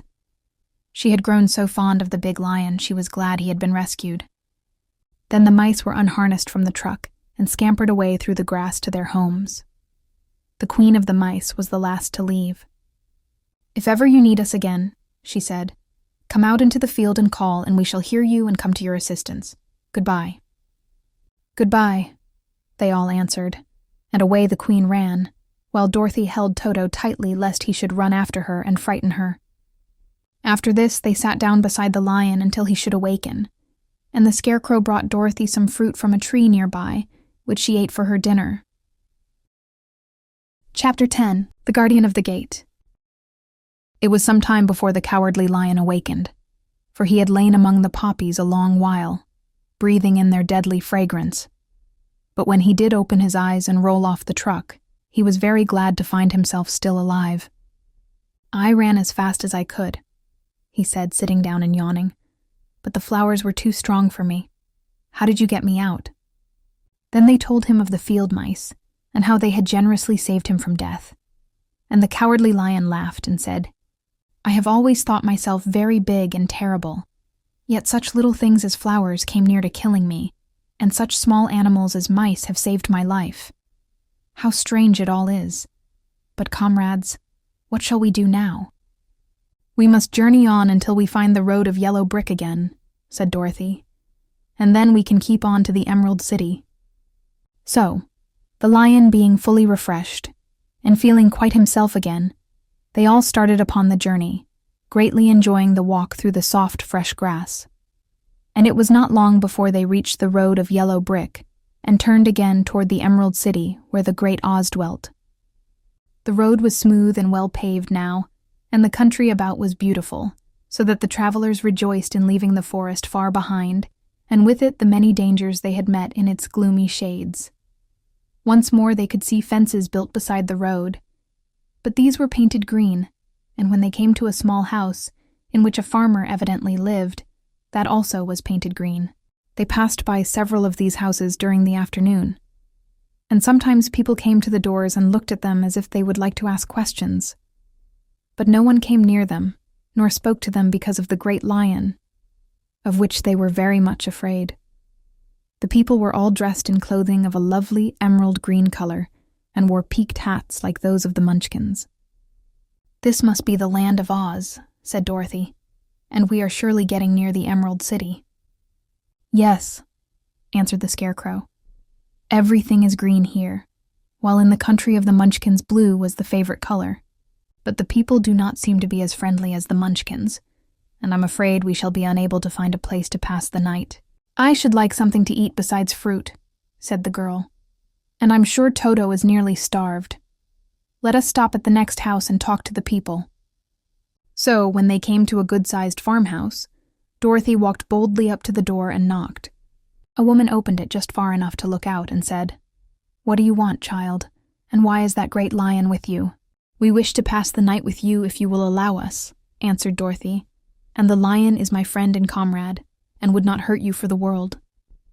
"Is he tame?" asked the woman, opening the door a little wider. "Oh, yes," said the girl, "and he is a great coward, too. He will be more afraid of you than you are of him." "Well," said the woman, after thinking it over and taking another peep at the lion, "if that is the case, you may come in, and I will give you some supper and a place to sleep." So they all entered the house, where there were, besides the woman, 2 children and a man. The man had hurt his leg and was lying on the couch in a corner. They seemed greatly surprised to see so strange a company, and while the woman was busy laying the table, the man asked, "Where are you all going?" "To the Emerald City," said Dorothy, "to see the Great Oz." "Oh, indeed," exclaimed the man. "Are you sure that Oz will see you?" "Why not?" she replied. "Why, it is said that he never lets anyone come into his presence. I have been to the Emerald City many times, and it is a beautiful and wonderful place. But I have never been permitted to see the Great Oz, nor do I know of any living person who has seen him." "Does he never go out?" asked the Scarecrow. "Never. He sits day after day in the great throne room of his palace, and even those who wait upon him do not see him face to face." "What is he like?" asked the girl. "That is hard to tell," said the man thoughtfully. "You see, Oz is a great wizard, and can take on any form he wishes, so that some say he looks like a bird, and some say he looks like an elephant, and some say he looks like a cat. To others he appears as a beautiful fairy, or a brownie, or in any other form that pleases him. But who the real Oz is, when he is in his own form, no living person can tell." "That is very strange," said Dorothy, "but we must try in some way to see him, or we shall have made our journey for nothing." "Why do you wish to see the terrible Oz?" asked the man. "I want him to give me some brains," said the Scarecrow eagerly. "Oh, Oz could do that easily enough," declared the man. "He has more brains than he needs." "And I want him to give me a heart," said the Tin Woodman. "That will not trouble him," continued the man, "for Oz has a large collection of hearts, of all sizes and shapes." "And I want him to give me courage," said the Cowardly Lion. "Oz keeps a great pot of courage in his throne room," said the man, "which he has covered with a golden plate, to keep it from running over. He will be glad to give you some." "And I want him to send me back to Kansas," said Dorothy. "Where is Kansas?" asked the man with surprise. "I don't know," replied Dorothy sorrowfully. "But it is my home, and I'm sure it's somewhere." "Very likely. Well, Oz can do anything, so I suppose he will find Kansas for you. But first you must get to see him, and that will be a hard task, for the Great Wizard does not like to see anyone, and he usually has his own way." "But what do you want?" he continued, speaking to Toto. Toto only wagged his tail, for strange to say, he could not speak. The woman now called to them that supper was ready, so they gathered around the table and Dorothy ate some delicious porridge and a dish of scrambled eggs and a plate of nice white bread, and enjoyed her meal. The lion ate some of the porridge, but did not care for it, saying it was made from oats, and oats were food for horses, not for lions. The Scarecrow and the Tin Woodman ate nothing at all. Toto ate a little of everything, and was glad to get a good supper again. The woman now gave Dorothy a bed to sleep in, and Toto lay down beside her, while the lion guarded the door of her room so she might not be disturbed. The Scarecrow and the Tin Woodman stood up in a corner and kept quiet all night, although of course they could not sleep. The next morning, as soon as the sun was up, they started on their way, and soon saw a beautiful green glow in the sky just before them.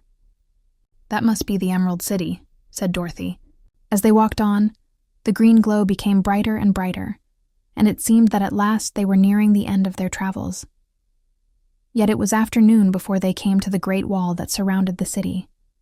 It was high and thick, and of a bright green color. In front of them, and at the end of the road of yellow brick, was a big gate, all studded with emeralds that glittered so in the sun that even the painted eyes of the Scarecrow were dazzled by their brilliancy.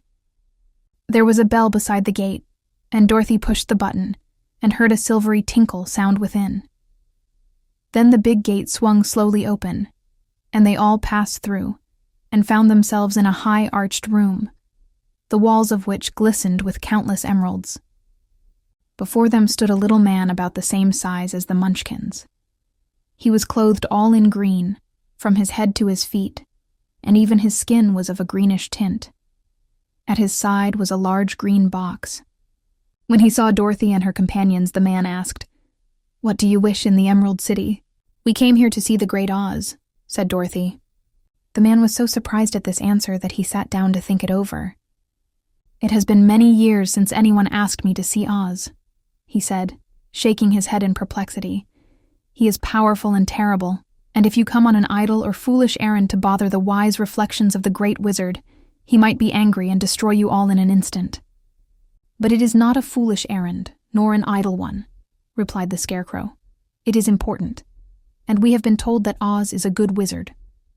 "So he is," said the Green Man, "and he rules the Emerald City wisely and well. But to those who are not honest, or who approach him from curiosity, he is most terrible, and few have ever dared ask to see his face. I am the guardian of the gates, and since you demand to see the Great Oz, I must take you to his palace. But first, you must put on the spectacles." "Why?" asked Dorothy. "Because if you did not wear spectacles, the brightness and glory of the Emerald City would blind you. Even those who live in the city must wear spectacles night and day. They are all locked on, for Oz so ordered it when the city was first built, and I have the only key that will unlock them." He opened the big box, and Dorothy saw that it was filled with spectacles of every size and shape. All of them had green glasses in them. The guardian of the gates found a pair that would just fit Dorothy and put them over her eyes. There were 2 golden bands fastened to them that passed around the back of her head, where they were locked together by a little key that was at the end of a chain the guardian of the gates wore around his neck. When they were on, Dorothy could not take them off had she wished. But of course she did not wish to be blinded by the glare of the Emerald City, so she said nothing. Then the Green Man fitted spectacles for the Scarecrow, and the Tin Woodman, and the Lion, and even on little Toto, and all were locked fast with the key. Then, the guardian of the gates put on his own glasses, and told them he was ready to show them to the palace. Taking a big golden key from a peg on the wall, he opened another gate, and they all followed him through the portal into the streets of the Emerald City. Chapter 11.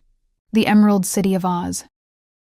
Even with eyes protected by the green spectacles, Dorothy and her friends were at first dazzled by the brilliancy of the wonderful city. The streets were lined with beautiful houses all built of green marble and studded everywhere with sparkling emeralds.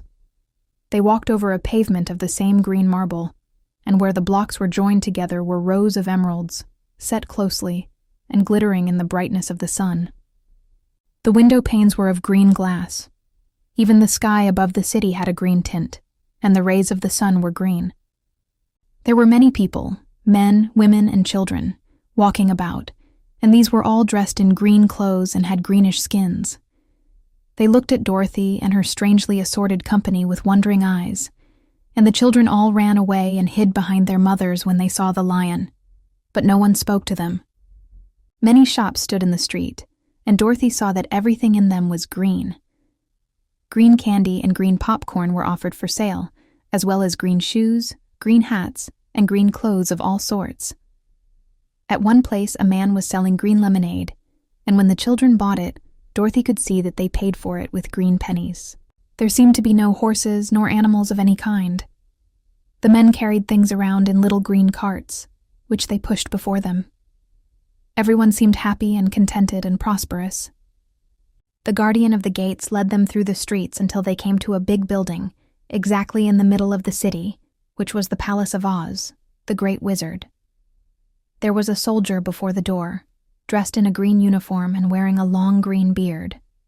"Here are strangers," said the guardian of the gates to him, and they demand to see the Great Oz." "Step inside," answered the soldier, "and I will carry your message to him." So they passed through the palace gates and were led into a big room with a green carpet and lovely green furniture set with emeralds. The soldier made them all wipe their feet upon a green mat before entering this room, and when they were seated, he said politely, "Please make yourselves comfortable while I go to the door of the throne room and tell Oz you are here." They had to wait a long time before the soldier returned. When at last he came back, Dorothy asked, "Have you seen Oz?" "Oh, no," returned the soldier. "I have never seen him. But I spoke to him as he sat behind his screen and gave him your message. He said he will grant you an audience if you so desire, but each one of you must enter his presence alone, and he will admit but one each day. Therefore, as you must remain in the palace for several days, I will have you shown to rooms where you may rest in comfort after your journey." "Thank you," replied the girl.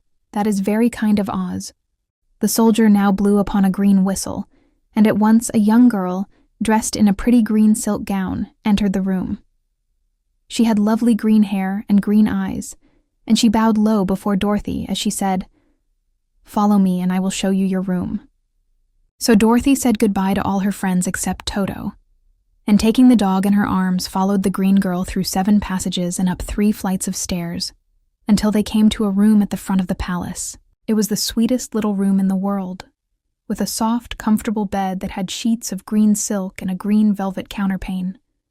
There was a tiny fountain in the middle of the room that shot a spray of green perfume into the air, to fall back into a beautifully carved green marble basin. Beautiful green flowers stood in the windows, and there was a shelf with a row of little green books.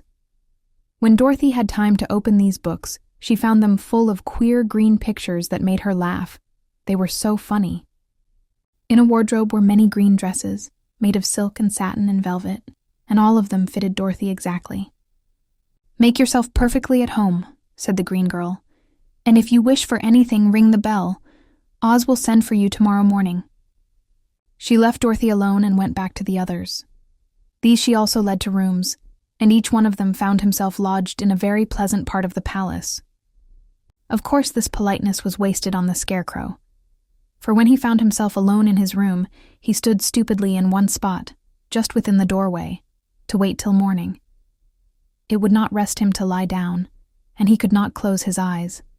So he remained all night staring at a little spider which was weaving its web in a corner of the room, just as if it were not one of the most wonderful rooms in the world. The Tin Woodman lay down on his bed from force of habit, for he remembered when he was made of flesh. But not being able to sleep, he passed the night moving his joints up and down to make sure they kept in good working order. The lion would have preferred a bed of dried leaves in the forest, and did not like being shut up in a room, but he had too much sense to let this worry him, so he sprang upon the bed and rolled himself up like a cat, and purred himself asleep in a minute. The next morning, after breakfast, the Green Maiden came to fetch Dorothy, and she dressed her in one of the prettiest gowns, made of green brocaded satin. Dorothy put on a green silk apron and tied a green ribbon around Toto's neck, and they started for the throne room of the Great Oz. First they came to a great hall in which were many ladies and gentlemen of the court, all dressed in rich costumes. These people had nothing to do but talk to each other, but they always came to wait outside the throne room every morning, although they were never permitted to see Oz. As Dorothy entered, they looked at her curiously, and one of them whispered, "Are you really going to look upon the face of Oz the Terrible?" "Of course," answered the girl, "if he will see me." "Oh, he will see you," said the soldier who had taken her message to the wizard, "although he does not like to have people ask to see him. Indeed, at first he was angry, and said I should send you back where you came from. Then he asked me what you look like, and when I mentioned your silver shoes he was very much interested. At last I told him about the mark upon your forehead, and he decided he would admit you to his presence." Just then a bell rang, and the green girl said to Dorothy, "That is the signal. You must go into the throne room alone." She opened a little door, and Dorothy walked boldly through, and found herself in a wonderful place. It was a big, round room, with a high arched roof, and the walls and ceiling and floor were covered with large emeralds set closely together. In the center of the roof was a great light, as bright as the sun, which made the emeralds sparkle in a wonderful manner. But what interested Dorothy most was the big throne of green marble that stood in the middle of the room. It was shaped like a chair and sparkled with gems, as did everything else. In the center of the chair was an enormous head, without a body to support it or any arms or legs, whatever. There was no hair upon this head, but it had eyes and a nose and mouth, and was much bigger than the head of the biggest giant. As Dorothy gazed upon this in wonder and fear, the eyes turned slowly and looked at her sharply and steadily. Then the mouth moved, and Dorothy heard a voice say, "I am Oz, the great and terrible. Who are you, and why do you seek me?" It was not such an awful voice as she had expected to come from the big head. So she took courage and answered, "I am Dorothy, the small and meek. I have come to you for help." The eyes looked at her thoughtfully for a full minute. Then said the voice, "Where did you get the silver shoes?" "I got them from the Wicked Witch of the East, when my house fell on her and killed her," she replied. "Where did you get the mark upon your forehead?" continued the voice. "That is where the Good Witch of the North kissed me when she bade me goodbye and sent me to you," said the girl. Again the eyes looked at her sharply, and they saw she was telling the truth. Then Oz asked, "What do you wish me to do?" "Send me back to Kansas, where my Aunt Em and Uncle Henry are," she answered earnestly. "I don't like your country, although it is so beautiful, and I am sure Aunt Em will be dreadfully worried over my being away so long." The eyes winked 3 times, and then they turned up to the ceiling and down to the floor, and rolled around so queerly that they seemed to see every part of the room. And at last they looked at Dorothy again. "Why should I do this for you?" asked Oz. "Because you are strong and I am weak, because you are a great wizard and I am only a little girl." "But you were strong enough to kill the Wicked Witch of the East," said Oz. "That just happened," returned Dorothy simply. "I could not help it." "Well," said the head, "I will give you my answer. You have no right to expect me to send you back to Kansas unless you do something for me in return. In this country, everyone must pay for everything he gets. If you wish me to use my magic power to send you home again, you must do something for me first. Help me, and I will help you." "What must I do?" asked the girl. "Kill the Wicked Witch of the West," answered Oz. "But I cannot," exclaimed Dorothy, greatly surprised. "You killed the Witch of the East, and you wear the silver shoes, which bear a powerful charm. There is now but one Wicked Witch left in all this land, and when you can tell me she is dead, I will send you back to Kansas, but not before." The little girl began to weep. She was so much disappointed, and the eyes winked again and looked upon her anxiously, as if the great Oz felt that she could help him if she would. "I never killed anything, willingly," she sobbed. "Even if I wanted to, how could I kill the Wicked Witch? If you, who are great and terrible, cannot kill her yourself, how do you expect me to do it?" "I do not know," said the head. "But that is my answer. And until the Wicked Witch dies, you will not see your uncle and aunt again. Remember that the witch is wicked, tremendously wicked, and ought to be killed. Now go, and do not ask to see me again until you have done your task." Sorrowfully, Dorothy left the throne room and went back where the lion and the Scarecrow and the Tin Woodman were waiting to hear what Oz had said to her. "There is no hope for me," she said sadly, "for Oz will not send me home until I have killed the Wicked Witch of the West, and that I can never do." Her friends were sorry, but could do nothing to help her. So Dorothy went to her own room and lay down on the bed and cried herself to sleep. The next morning, the soldier with the green whiskers came to the Scarecrow and said, "Come with me, for Oz has sent for you." So the Scarecrow followed him, and was admitted into the great throne room, where he saw, sitting in the emerald throne, a most lovely lady. She was dressed in green silk gauze, and wore upon her flowing green locks a crown of jewels. Growing from her shoulders were wings, gorgeous in color, and so light that they fluttered if the slightest breath of air reached them. When the Scarecrow had bowed, as prettily as his straw stuffing would let him, before this beautiful creature, she looked upon him sweetly and said, "I am Oz, the great and terrible. Who are you, and why do you seek me?" Now the Scarecrow, who had expected to see the great head Dorothy had told him of, was much astonished. But he answered her bravely. "I am only a scarecrow stuffed with straw. Therefore I have no brains, and I come to you praying that you will put brains in my head instead of straw, so that I may become as much a man as any other in your dominions." "Why should I do this for you?" asked the lady. "Because you are wise and powerful, and no one else can help me," answered the Scarecrow. "I never grant favors without some return," said Oz.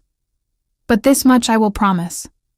If you will kill for me the Wicked Witch of the West, I will bestow upon you a great many brains, and such good brains that you will be the wisest man in all the land of Oz."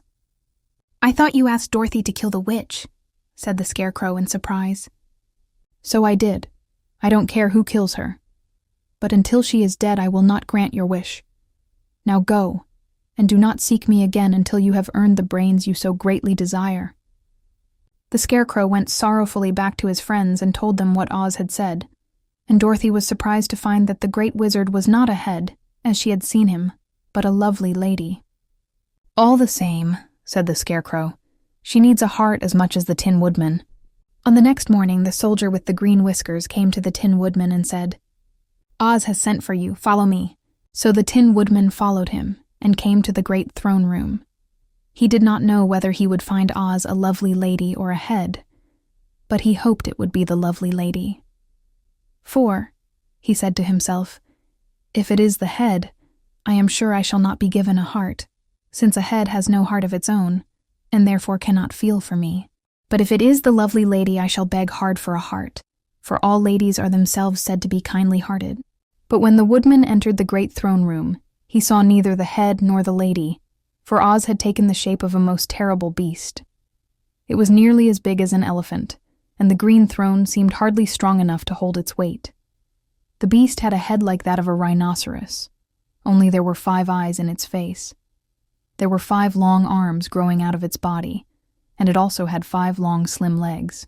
Thick woolly hair covered every part of it, and a more dreadful-looking monster could not be imagined. It was fortunate the Tin Woodman had no heart at that moment, for it would have beat loud and fast from terror. But being only tin, the Woodman was not at all afraid, although he was much disappointed. "I am Oz, the great and terrible," spoke the beast, in a voice that was one great roar. "Who are you, and why do you seek me?" "I am a woodman, and made of tin. Therefore I have no heart, and cannot love. I pray you to give me a heart, that I may be as other men are." "Why should I do this?" demanded the beast. "Because I ask it, and you alone can grant my request," answered the Woodman. Oz gave a low growl at this, but said gruffly, "If you indeed desire a heart, you must earn it." "How?" asked the Woodman. "Help Dorothy to kill the Wicked Witch of the West," replied the beast. "When the witch is dead, come to me, and I will then give you the biggest and kindest and most loving heart in all the land of Oz." So the Tin Woodman was forced to return sorrowfully to his friends and tell them of the terrible beast he had seen. They all wondered greatly at the many forms the great wizard could take upon himself, and the lion said, "If he is a beast when I go to see him, I shall roar my loudest, and so frighten him that he will grant all I ask. And if he is the lovely lady, I shall pretend to spring upon her, and so compel her to do my bidding. And if he is the great head, he will be at my mercy, for I will roll this head all about the room until he promises to give us what we desire. So be of good cheer, my friends, for all will yet be well." The next morning the soldier with the green whiskers led the lion to the great throne room and bade him enter the presence of Oz. The lion at once passed through the door, and glancing around saw, to his surprise, that before the throne was a ball of fire, so fierce and glowing he could scarcely bear to gaze upon it. His first thought was that Oz had by accident caught on fire and was burning up, but when he tried to go nearer, the heat was so intense that it singed his whiskers, and he crept back tremblingly to a spot nearer the door. Then a low, quiet voice came from the ball of fire, and these were the words it spoke. "I am Oz, the great and terrible. Who are you, and why do you seek me?" And the lion answered, "I am a cowardly lion, afraid of everything. I came to you to beg that you give me courage, so that in reality I may become the king of beasts, as men call me." "Why should I give you courage?" demanded Oz. "Because of all wizards you are the greatest, and alone have power to grant my request," answered the lion. The ball of fire burned fiercely for a time, and the voice said, "Bring me proof that the wicked witch is dead, and that moment I will give you courage. But as long as the witch lives, you must remain a coward." The lion was angry at this speech, but could say nothing in reply.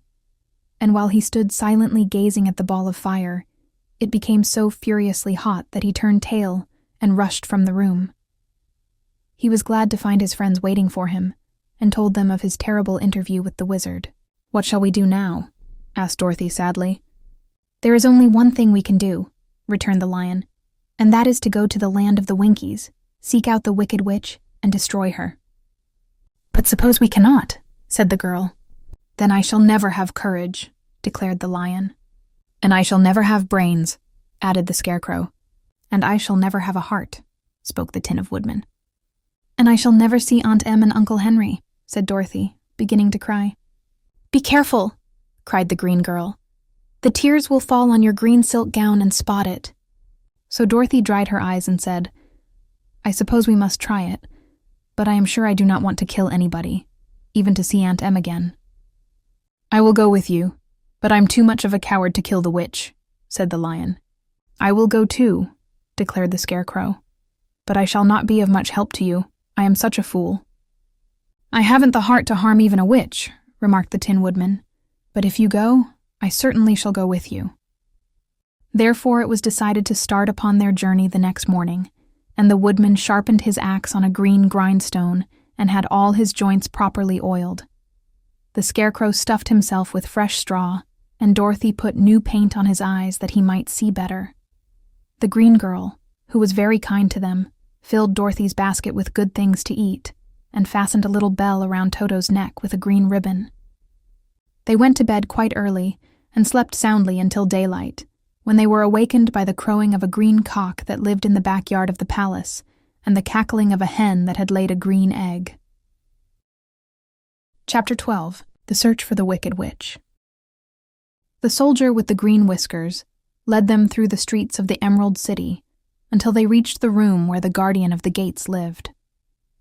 This officer unlocked their spectacles to put them back in his great box, and then he politely opened the gate for our friends. "Which road leads to the Wicked Witch of the West?" asked Dorothy. "There is no road," answered the guardian of the gates. "No one ever wishes to go that way." "How then are we to find her?" inquired the girl. "That will be easy," replied the man. "For when she knows you are in the country of the Winkies, she will find you and make you all her slaves." "Perhaps not," said the Scarecrow, "for we mean to destroy her."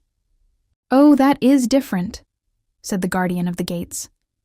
"No one has ever destroyed her before, so I naturally thought she would make slaves of you, as she has of the rest. But take care, for she is wicked and fierce, and may not allow you to destroy her. Keep to the west, where the sun sets, and you cannot fail to find her." They thanked him and bade him goodbye, and turned toward the west, walking over fields of soft grass, dotted here and there with daisies and buttercups. Dorothy still wore the pretty silk dress she had put on in the palace, but now, to her surprise, she found it was no longer green, but pure white. The ribbon around Toto's neck had also lost its green color and was as white as Dorothy's dress. The Emerald City was soon left far behind. As they advanced, the ground became rougher and hillier, for there were no farms nor houses in this country of the West, and the ground was untilled. In the afternoon the sun shone hot in their faces, for there were no trees to offer them shade, so that before night Dorothy and Toto and the lion were tired, and lay down upon the grass and fell asleep, with the woodman and the Scarecrow keeping watch. Now the Wicked Witch of the West had but one eye, yet that was as powerful as a telescope, and could see everywhere. So, as she sat in the door of her castle, she happened to look around and saw Dorothy lying asleep, with her friends all about her. They were a long distance off, but the Wicked Witch was angry to find them in her country, so she blew upon a silver whistle that hung around her neck. At once there came running to her from all directions a pack of great wolves. They had long legs and fierce eyes and sharp teeth. "Go to those people," said the witch, "and tear them to pieces." "Are you not going to make them your slaves?" asked the leader of the wolves. "No," she answered. "One is of tin and one of straw. One is a girl and another a lion. None of them is fit to work, so you may tear them into small pieces." "Very well," said the wolf, and he dashed away at full speed, followed by the others. It was lucky the Scarecrow and the Woodman were wide awake and heard the wolves coming. "This is my fight," said the Woodman, "so get behind me and I will meet them as they come." He seized his axe, which he had made very sharp, and as the leader of the wolves came on, the Tin Woodman swung his arm and chopped the wolf's head from its body, so that it immediately died. As soon as he could raise his axe, another wolf came up, and he also fell under the sharp edge of the Tin Woodman's weapon.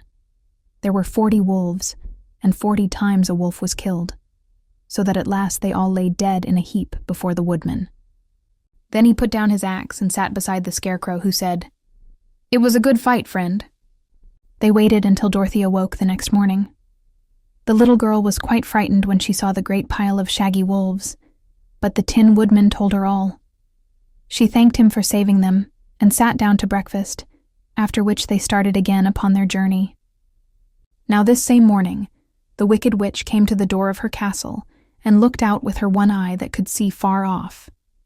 She saw all her wolves lying dead and the strangers still traveling through her country.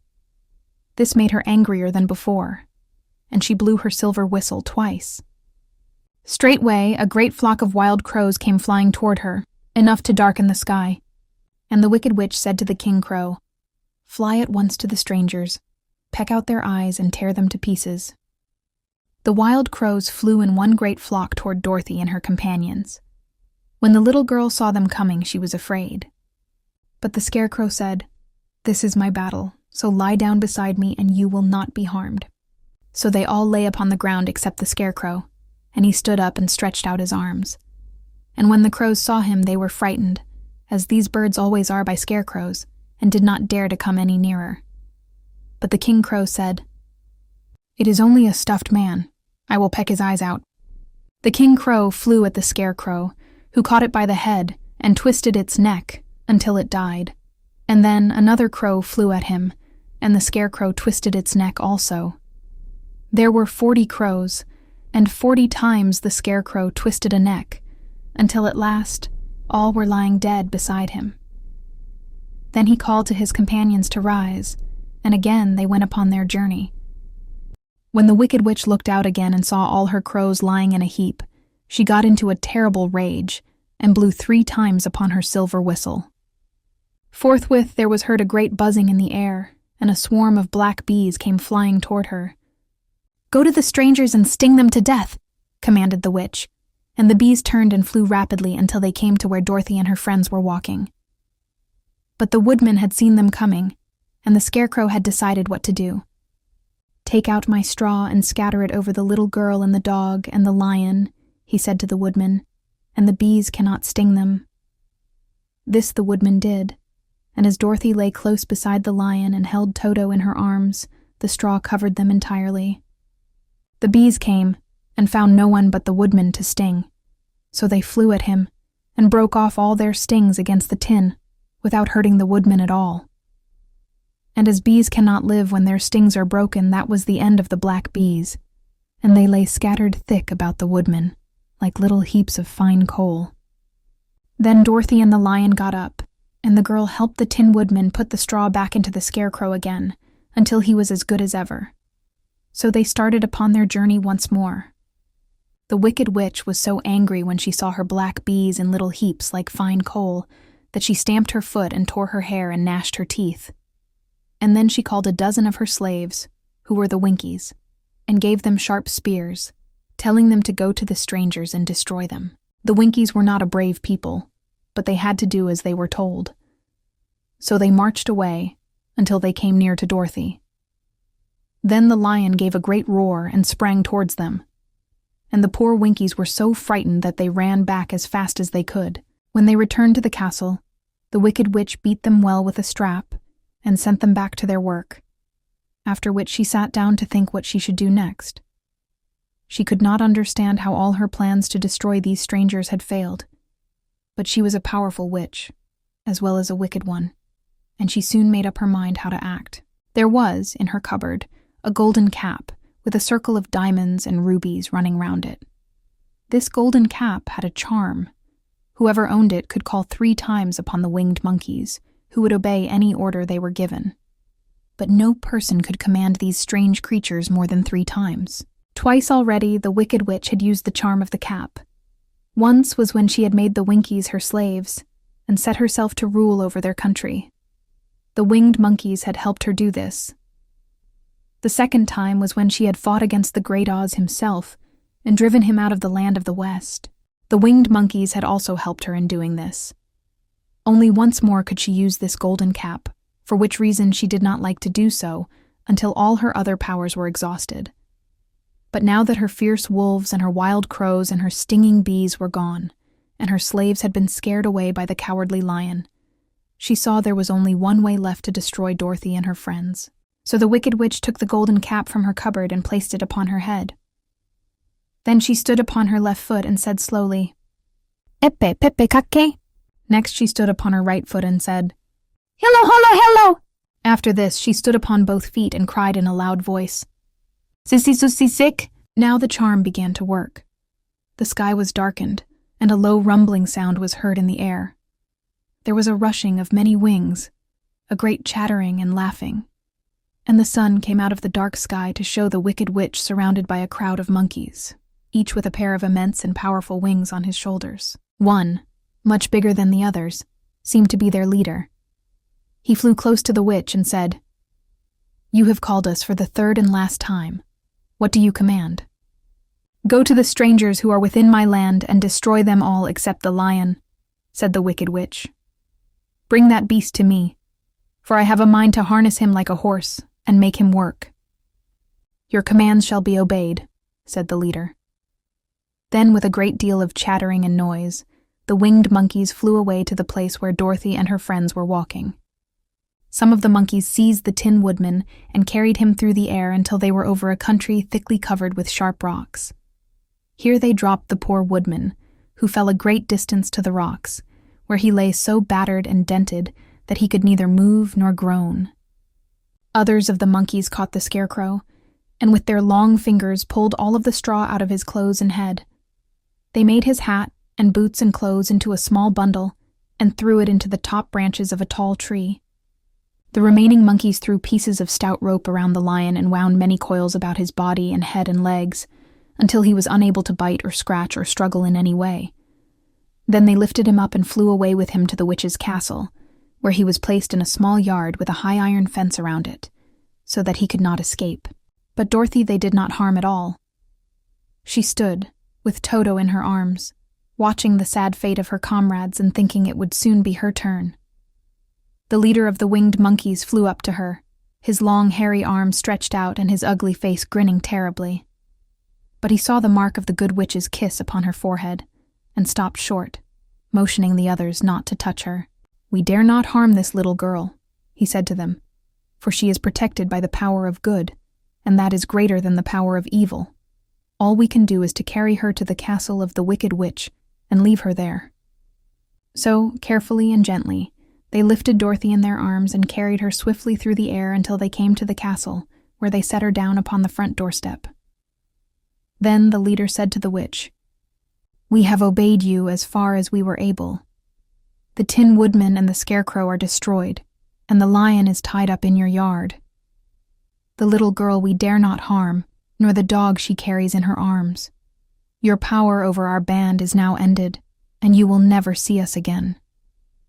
Then all the winged monkeys, with much laughing and chattering and noise, flew into the air and were soon out of sight. The wicked witch was both surprised and worried when she saw the mark on Dorothy's forehead, for she knew well that neither the winged monkeys nor she herself dare hurt the girl in any way.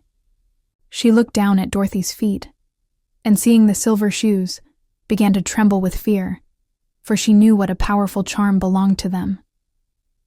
At first the witch was tempted to run away from Dorothy. But she happened to look into the child's eyes and saw how simple the soul behind them was, and that the little girl did not know of the wonderful power the silver shoes gave her. So the wicked witch laughed to herself and thought, "I can still make her my slave, for she does not know how to use her power." Then she said to Dorothy, harshly and severely, "Come with me, and see that you mind everything I tell you, for if you do not, I will make an end of you, as I did of the Tin Woodman and the Scarecrow." Dorothy followed her through many of the beautiful rooms in her castle until they came to the kitchen, where the witch bade her clean the pots and kettles and sweep the floor and keep the fire fed with wood. Dorothy went to work meekly, with her mind made up to work as hard as she could, for she was glad the wicked witch had decided not to kill her. With Dorothy hard at work, the witch thought she would go into the courtyard and harness the cowardly lion like a horse. It would amuse her, she was sure, to make him draw her chariot whenever she wished to go to drive. But as she opened the gate, the lion gave a loud roar and bounded at her so fiercely that the witch was afraid, and ran out and shut the gate again. "If I cannot harness you," said the witch to the lion, speaking through the bars of the gate, "I can starve you. You shall have nothing to eat until you do as I wish." So after that, she took no food to the imprisoned lion. But every day she came to the gate at noon and asked, "Are you ready to be harnessed like a horse?" And the lion would answer, "No. If you come in this yard, I will bite you." The reason the lion did not have to do as the witch wished was that every night, while the woman was asleep, Dorothy carried him food from the cupboard. After he had eaten, he would lie down on his bed of straw, and Dorothy would lie beside him and put her head on his soft, shaggy mane, while they talked of their troubles and tried to plan some way to escape. But they could find no way to get out of the castle, for it was constantly guarded by the yellow Winkies, who were the slaves of the wicked witch, and too afraid of her not to do as she told them. The girl had to work hard during the day, and often the witch threatened to beat her with the same old umbrella she always carried in her hand. But in truth, she did not dare to strike Dorothy because of the mark upon her forehead. The child did not know this, and was full of fear for herself and Toto.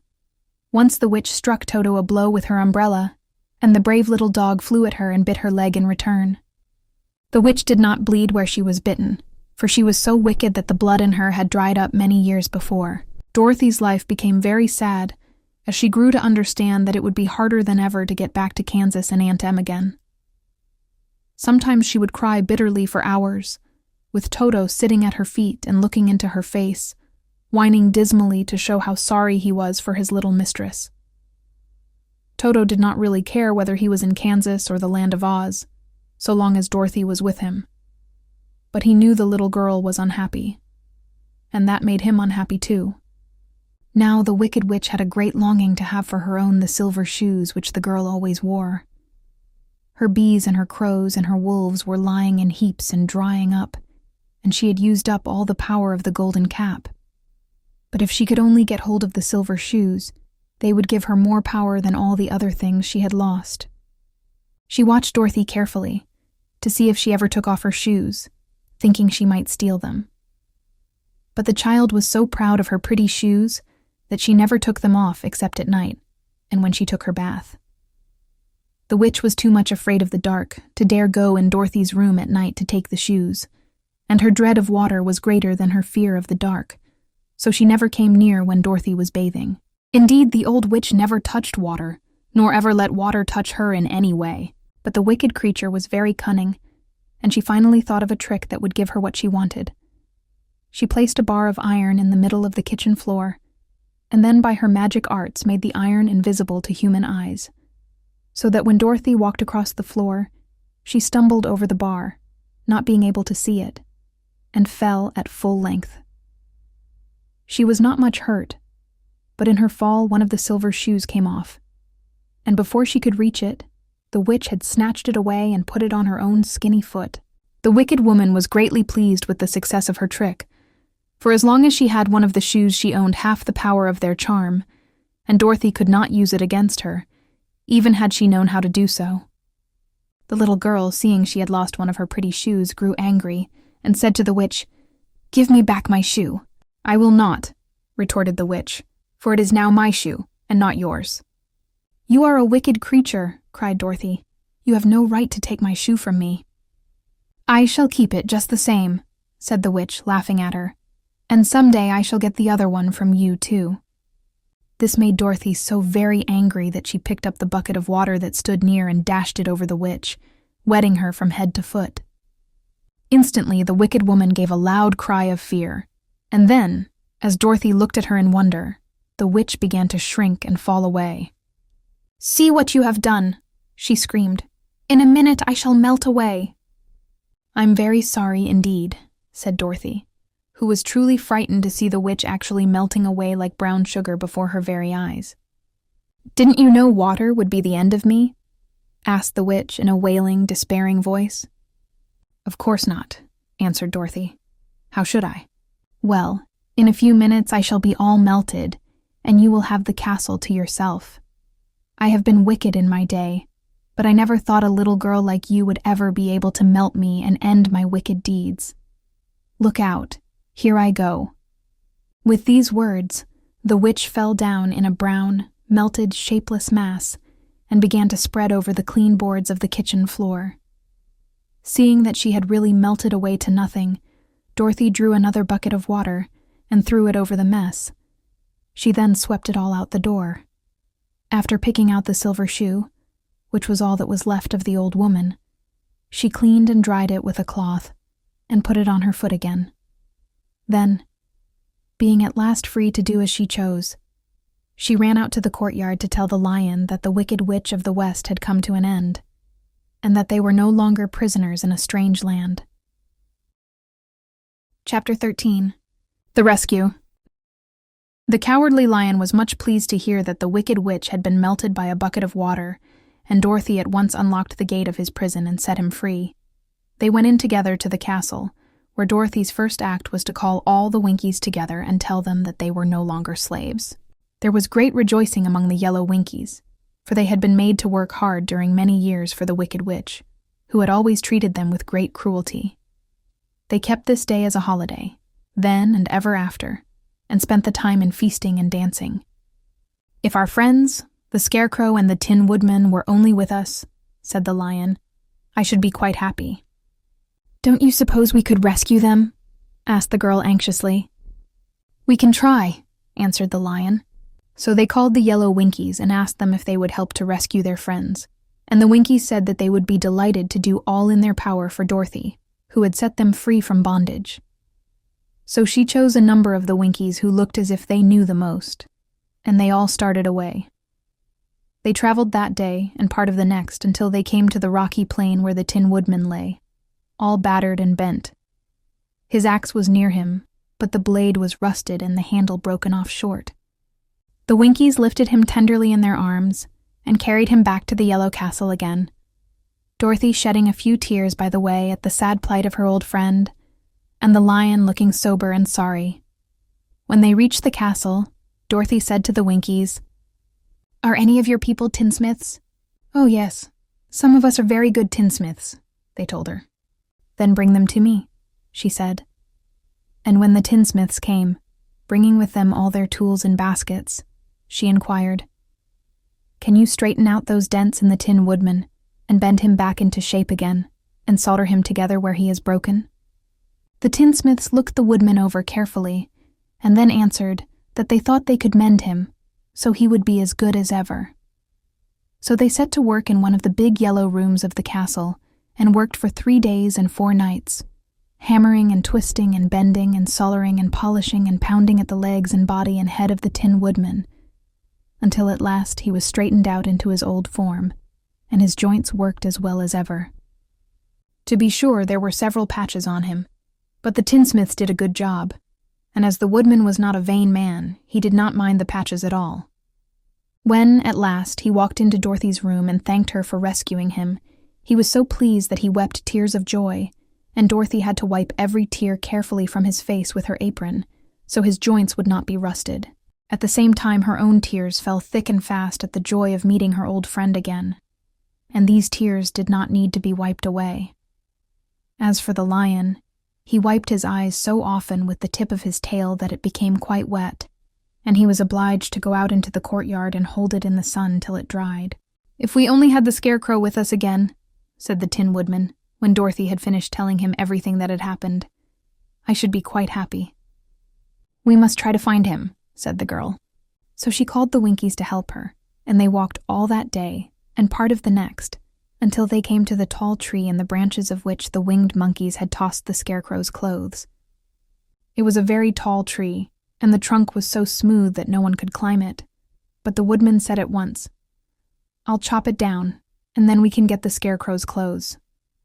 Now, while the tinsmiths had been at work mending the Woodman himself, another of the Winkies, who was a goldsmith, had made an axe handle of solid gold and fitted it to the Woodman's axe instead of the old broken handle. Others polished the blade until all the rust was removed and it glistened like burnished silver. As soon as he had spoken, the Tin Woodman began to chop, and in a short time the tree fell over with a crash, whereupon the Scarecrow's clothes fell out of the branches and rolled off on the ground. Dorothy picked them up and had the Winkies carry them back to the castle, where they were stuffed with nice, clean straw. And behold, here was the Scarecrow, as good as ever, thanking them over and over again for saving him. Now that they were reunited, Dorothy and her friends spent a few happy days at the Yellow Castle, where they found everything they needed to make them comfortable. But one day the girl thought of Aunt Em and said, "We must go back to Oz and claim his promise." "Yes," said the Woodman, "at last I shall get my heart." "And I shall get my brains," added the Scarecrow joyfully. "And I shall get my courage," said the Lion thoughtfully. "And I shall get back to Kansas," cried Dorothy, clapping her hands. "Oh, let us start for the Emerald City tomorrow." This they decided to do. The next day they called the Winkies together and bade them goodbye. The Winkies were sorry to have them go, and they had grown so fond of the Tin Woodman that they begged him to stay and rule over them in the Yellow Land of the West. Finding they were determined to go, the Winkies gave Toto and the Lion each a golden collar, and to Dorothy they presented a beautiful bracelet studded with diamonds, and to the Scarecrow they gave a gold-headed walking stick to keep him from stumbling, and to the Tin Woodman they offered a silver oil can inlaid with gold and set with precious jewels. Every one of the travelers made the Winkies a pretty speech in return, and all shook hands with them until their arms ached. Dorothy went to the witch's cupboard to fill her basket with food for the journey, and there she saw the golden cap. She tried it on her own head and found that it fitted her exactly. She did not know anything about the charm of the golden cap, but she saw that it was pretty, so she made up her mind to wear it and carry her sunbonnet in the basket. Then, being prepared for the journey, they all started for the Emerald City, and the Winkies gave them 3 cheers and many good wishes to carry with them. Chapter 14. The Winged Monkeys. You will remember there was no road, not even a pathway, between the castle of the Wicked Witch and the Emerald City. When the 4 travelers went in search of the witch, she had seen them coming, and so sent the winged monkeys to bring them to her. It was much harder to find their way back through the big fields of buttercups and yellow daisies than it was being carried. They knew, of course, they must go straight east, toward the rising sun, and they started off in the right way. But at noon, when the sun was over their heads, they did not know which was east and which was west, and that was the reason they were lost in the great fields. They kept on walking, however, and at night the moon came out and shone brightly. So they lay down among the sweet-smelling yellow flowers and slept soundly until morning, all but the Scarecrow and the Tin Woodman. The next morning the sun was behind a cloud, but they started on, as if they were quite sure which way they were going. "If we walk far enough," said Dorothy, "I am sure we shall sometime come to some place." But day by day passed away, and they still saw nothing before them but the scarlet fields. The Scarecrow began to grumble a bit. "We have surely lost our way," he said, "and unless we find it again in time to reach the Emerald City, I shall never get my brains." "Nor I my heart," declared the Tin Woodman. "It seems to me I can scarcely wait till I get to Oz, and you must admit this is a very long journey." "You see," said the Cowardly Lion with a whimper, "I haven't the courage to keep tramping forever, without getting anywhere at all." Then Dorothy lost heart. She sat down on the grass and looked at her companions, and they sat down and looked at her. And Toto found that for the first time in his life he was too tired to chase a butterfly that flew past his head. So he put out his tongue and panted and looked at Dorothy as if to ask what they should do next. "Suppose we call the field mice," she suggested. "They could probably tell us the way to the Emerald City." "To be sure they could," cried the Scarecrow. "Why didn't we think of that before?" Dorothy blew the little whistle she had always carried about her neck since the Queen of the Mice had given it to her.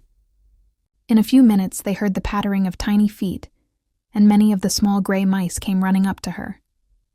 Among them was the Queen herself, who asked in her squeaky little voice, "What can I do for my friends?" "We have lost our way," said Dorothy. "Can you tell us where the Emerald City is?" "Certainly," answered the Queen, "but it is a great way off, for you have had it at your backs all this time." Then she noticed Dorothy's golden cap and said, "Why don't you use the charm of the cap and call the winged monkeys to you? They will carry you to the City of Oz in less than an hour." "I didn't know there was a charm," answered Dorothy in surprise. "What is it?" "It is written inside the golden cap," replied the Queen of the Mice. "But if you are going to call the winged monkeys, we must run away, for they are full of mischief and think it great fun to plague us." "Won't they hurt me?" asked the girl anxiously. "Oh, no. They must obey the wearer of the cap. Goodbye." And she scampered out of sight, with all the mice hurrying after her. Dorothy looked inside the golden cap and saw some words written upon the lining. These, she thought, must be the charm. So she read the directions carefully and put the cap upon her head. "Epe pepe kake," she said, standing on her left foot. "What did you say?" asked the Scarecrow, who did not know what she was doing. "Hillo, hollo, hello," Dorothy went on, standing this time on her right foot. "Hello," replied the Tin Woodman calmly. "Zizzy, zoozy, zik," said Dorothy, who was now standing on both feet. This ended the saying of the charm, and they heard a great chattering and flapping of wings, as the band of winged monkeys flew up to them. The king bowed low before Dorothy and asked, "What is your command?" "We wish to go to the Emerald City," said the child, "and we have lost our way." "We will carry you," replied the king, and no sooner had he spoken than 2 of the monkeys caught Dorothy in their arms and flew away with her.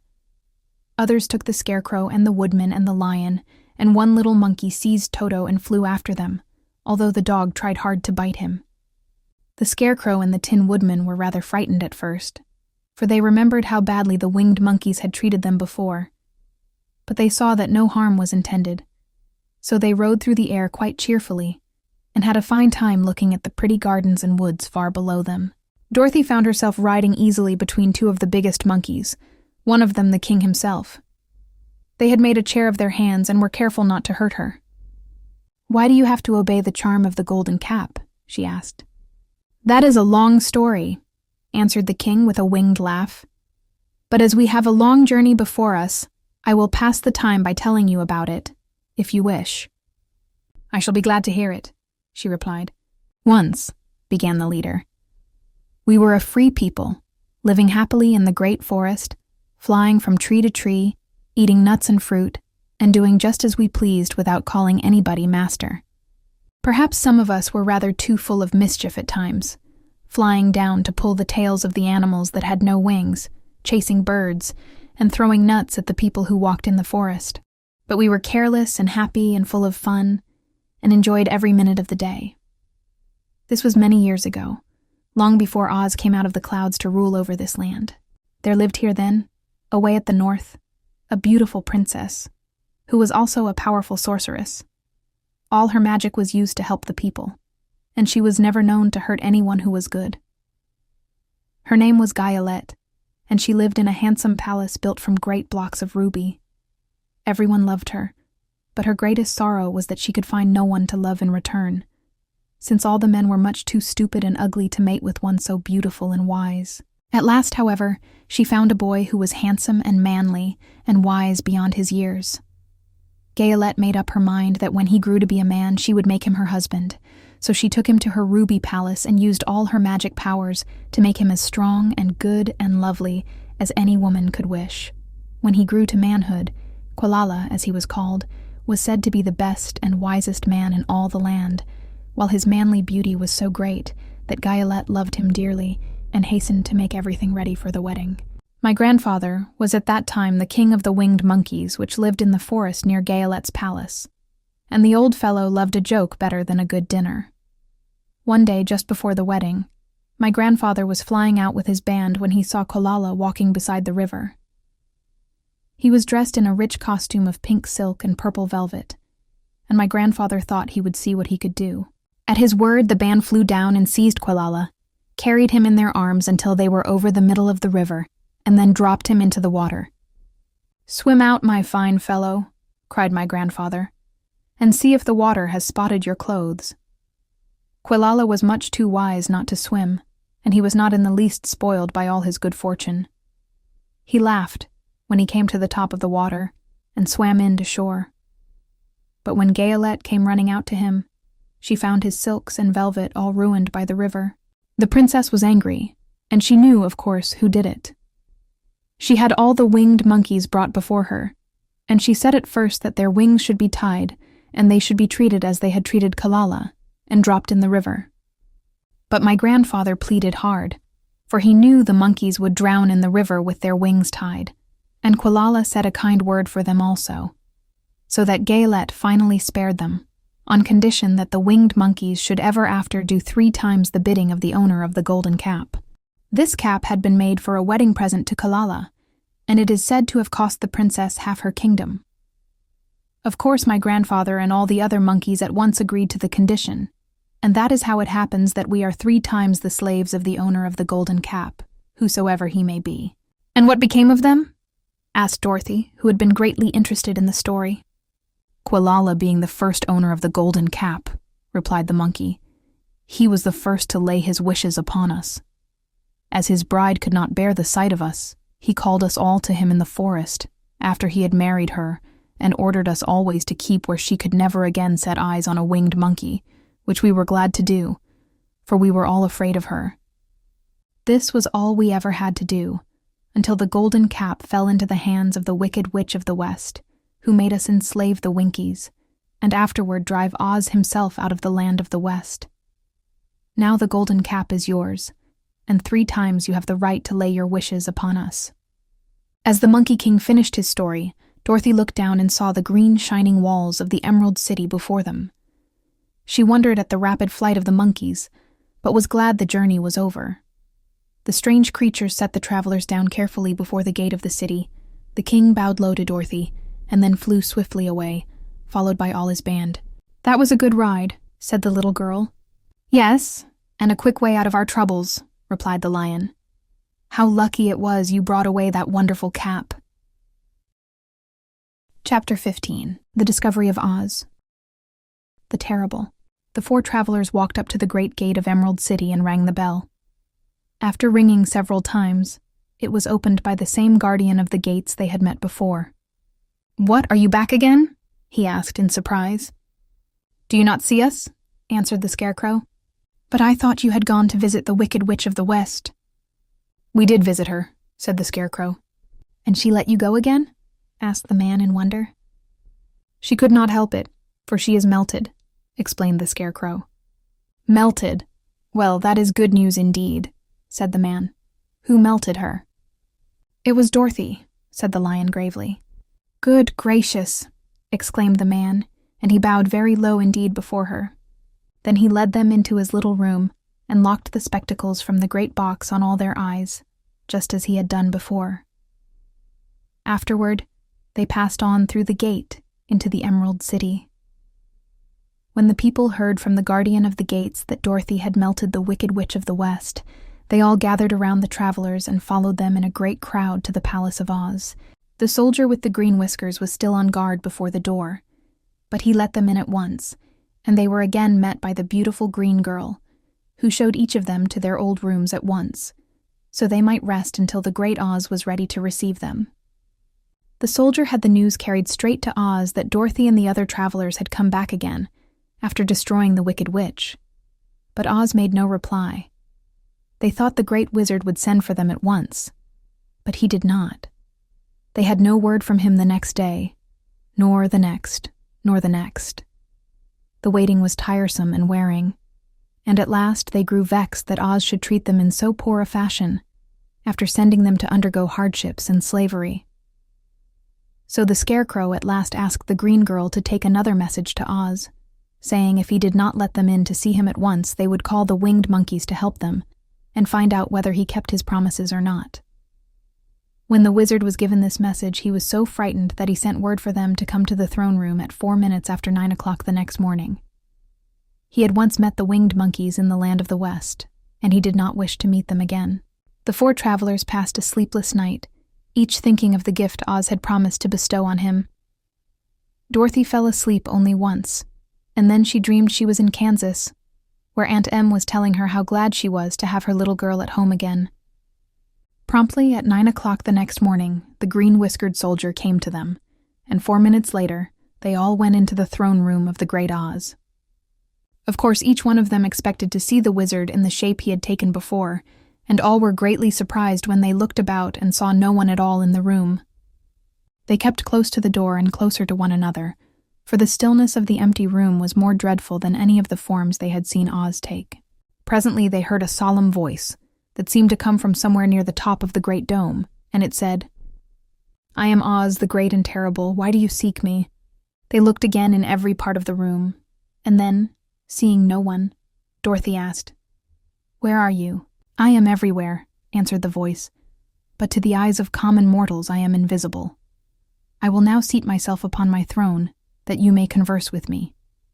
Indeed, the voice seemed just then to come straight from the throne itself, so they walked toward it and stood in a row while Dorothy said, "We have come to claim our promise, O Oz." "What promise?" asked Oz. "You promised to send me back to Kansas when the Wicked Witch was destroyed," said the girl. "And you promised to give me brains," said the Scarecrow. "And you promised to give me a heart," said the Tin Woodman. "And you promised to give me courage," said the Cowardly Lion. "Is the Wicked Witch really destroyed?" asked the voice, and Dorothy thought it trembled a little. "Yes," she answered. "I melted her with a bucket of water." "Dear me," said the voice. "How sudden. Well, come to me tomorrow, for I must have time to think it over." "You've had plenty of time already," said the Tin Woodman angrily. "We shan't wait a day longer," said the Scarecrow. "You must keep your promises to us," exclaimed Dorothy. The lion thought it might be as well to frighten the wizard, so he gave a large, loud roar, which was so fierce and dreadful that Toto jumped away from him in alarm and tipped over the screen that stood in a corner. As it fell with a crash, they looked that way, and the next moment all of them were filled with wonder. For they saw, standing in just the spot the screen had hidden, a little old man with a bald head and a wrinkled face, who seemed to be as much surprised as they were. The Tin Woodman, raising his axe, rushed toward the little man and cried out, "Who are you?" "I am Oz, the great and terrible," said the little man in a trembling voice. "But don't strike me, please don't, and I'll do anything you want me to." Our friends looked at him in surprise and dismay. "I thought Oz was a great head," said Dorothy. "And I thought Oz was a lovely lady," said the Scarecrow. "And I thought Oz was a terrible beast," said the Tin Woodman. "And I thought Oz was a ball of fire," exclaimed the lion.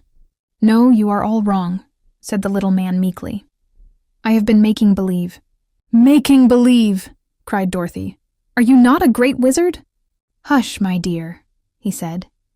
"Don't speak so loud or you will be overheard, and I should be ruined. I'm supposed to be a great wizard." "And aren't you?" she asked.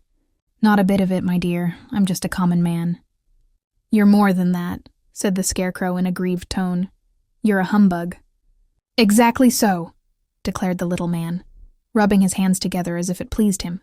"I am a humbug." "But this is terrible," said the Tin Woodman. "How shall I ever get my heart?" "Or I my courage?" asked the lion. "Or I my brains," wailed the Scarecrow, wiping the tears from his eyes with his coat sleeve.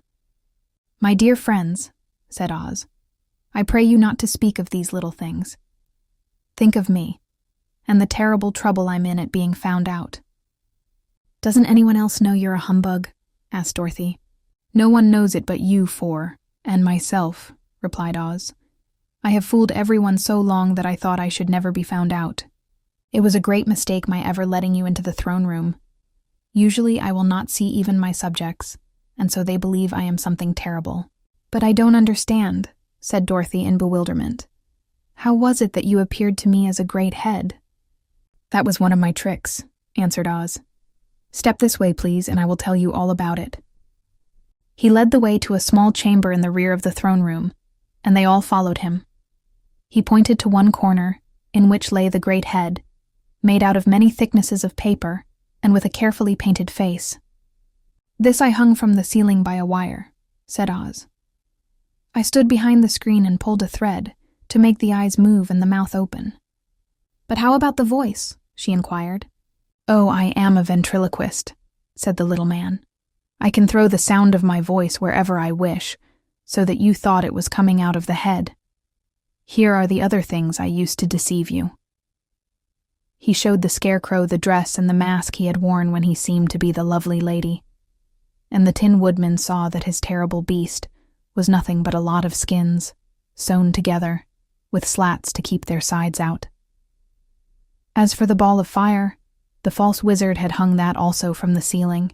It was really a ball of cotton, but when oil was poured upon it, the ball burned fiercely. Really, said the Scarecrow, you ought to be ashamed of yourself for being such a humbug. I am. I certainly am, answered the little man sorrowfully. But it was the only thing I could do. Sit down, please. There are plenty of chairs, and I will tell you my story. So they sat down and listened while he told the following tale. I was born in Omaha. Why, that isn't very far from Kansas, cried Dorothy. No, but it's farther from here, he said, shaking his head at her sadly. When I grew up, I became a ventriloquist, and at that I was very well trained by a great master. I can imitate any kind of a bird or beast. Here he mewed so like a kitten that Toto pricked up his ears and looked everywhere to see where she was. After a time, continued Oz, I tired of that and became a balloonist. What is that? Asked Dorothy. A man who goes up in a balloon on circus day so as to draw a crowd of people together and get them to pay to see the circus, he explained. Oh, she said, I know. Well, one day I went up in a balloon and the ropes got twisted so that I couldn't come down again.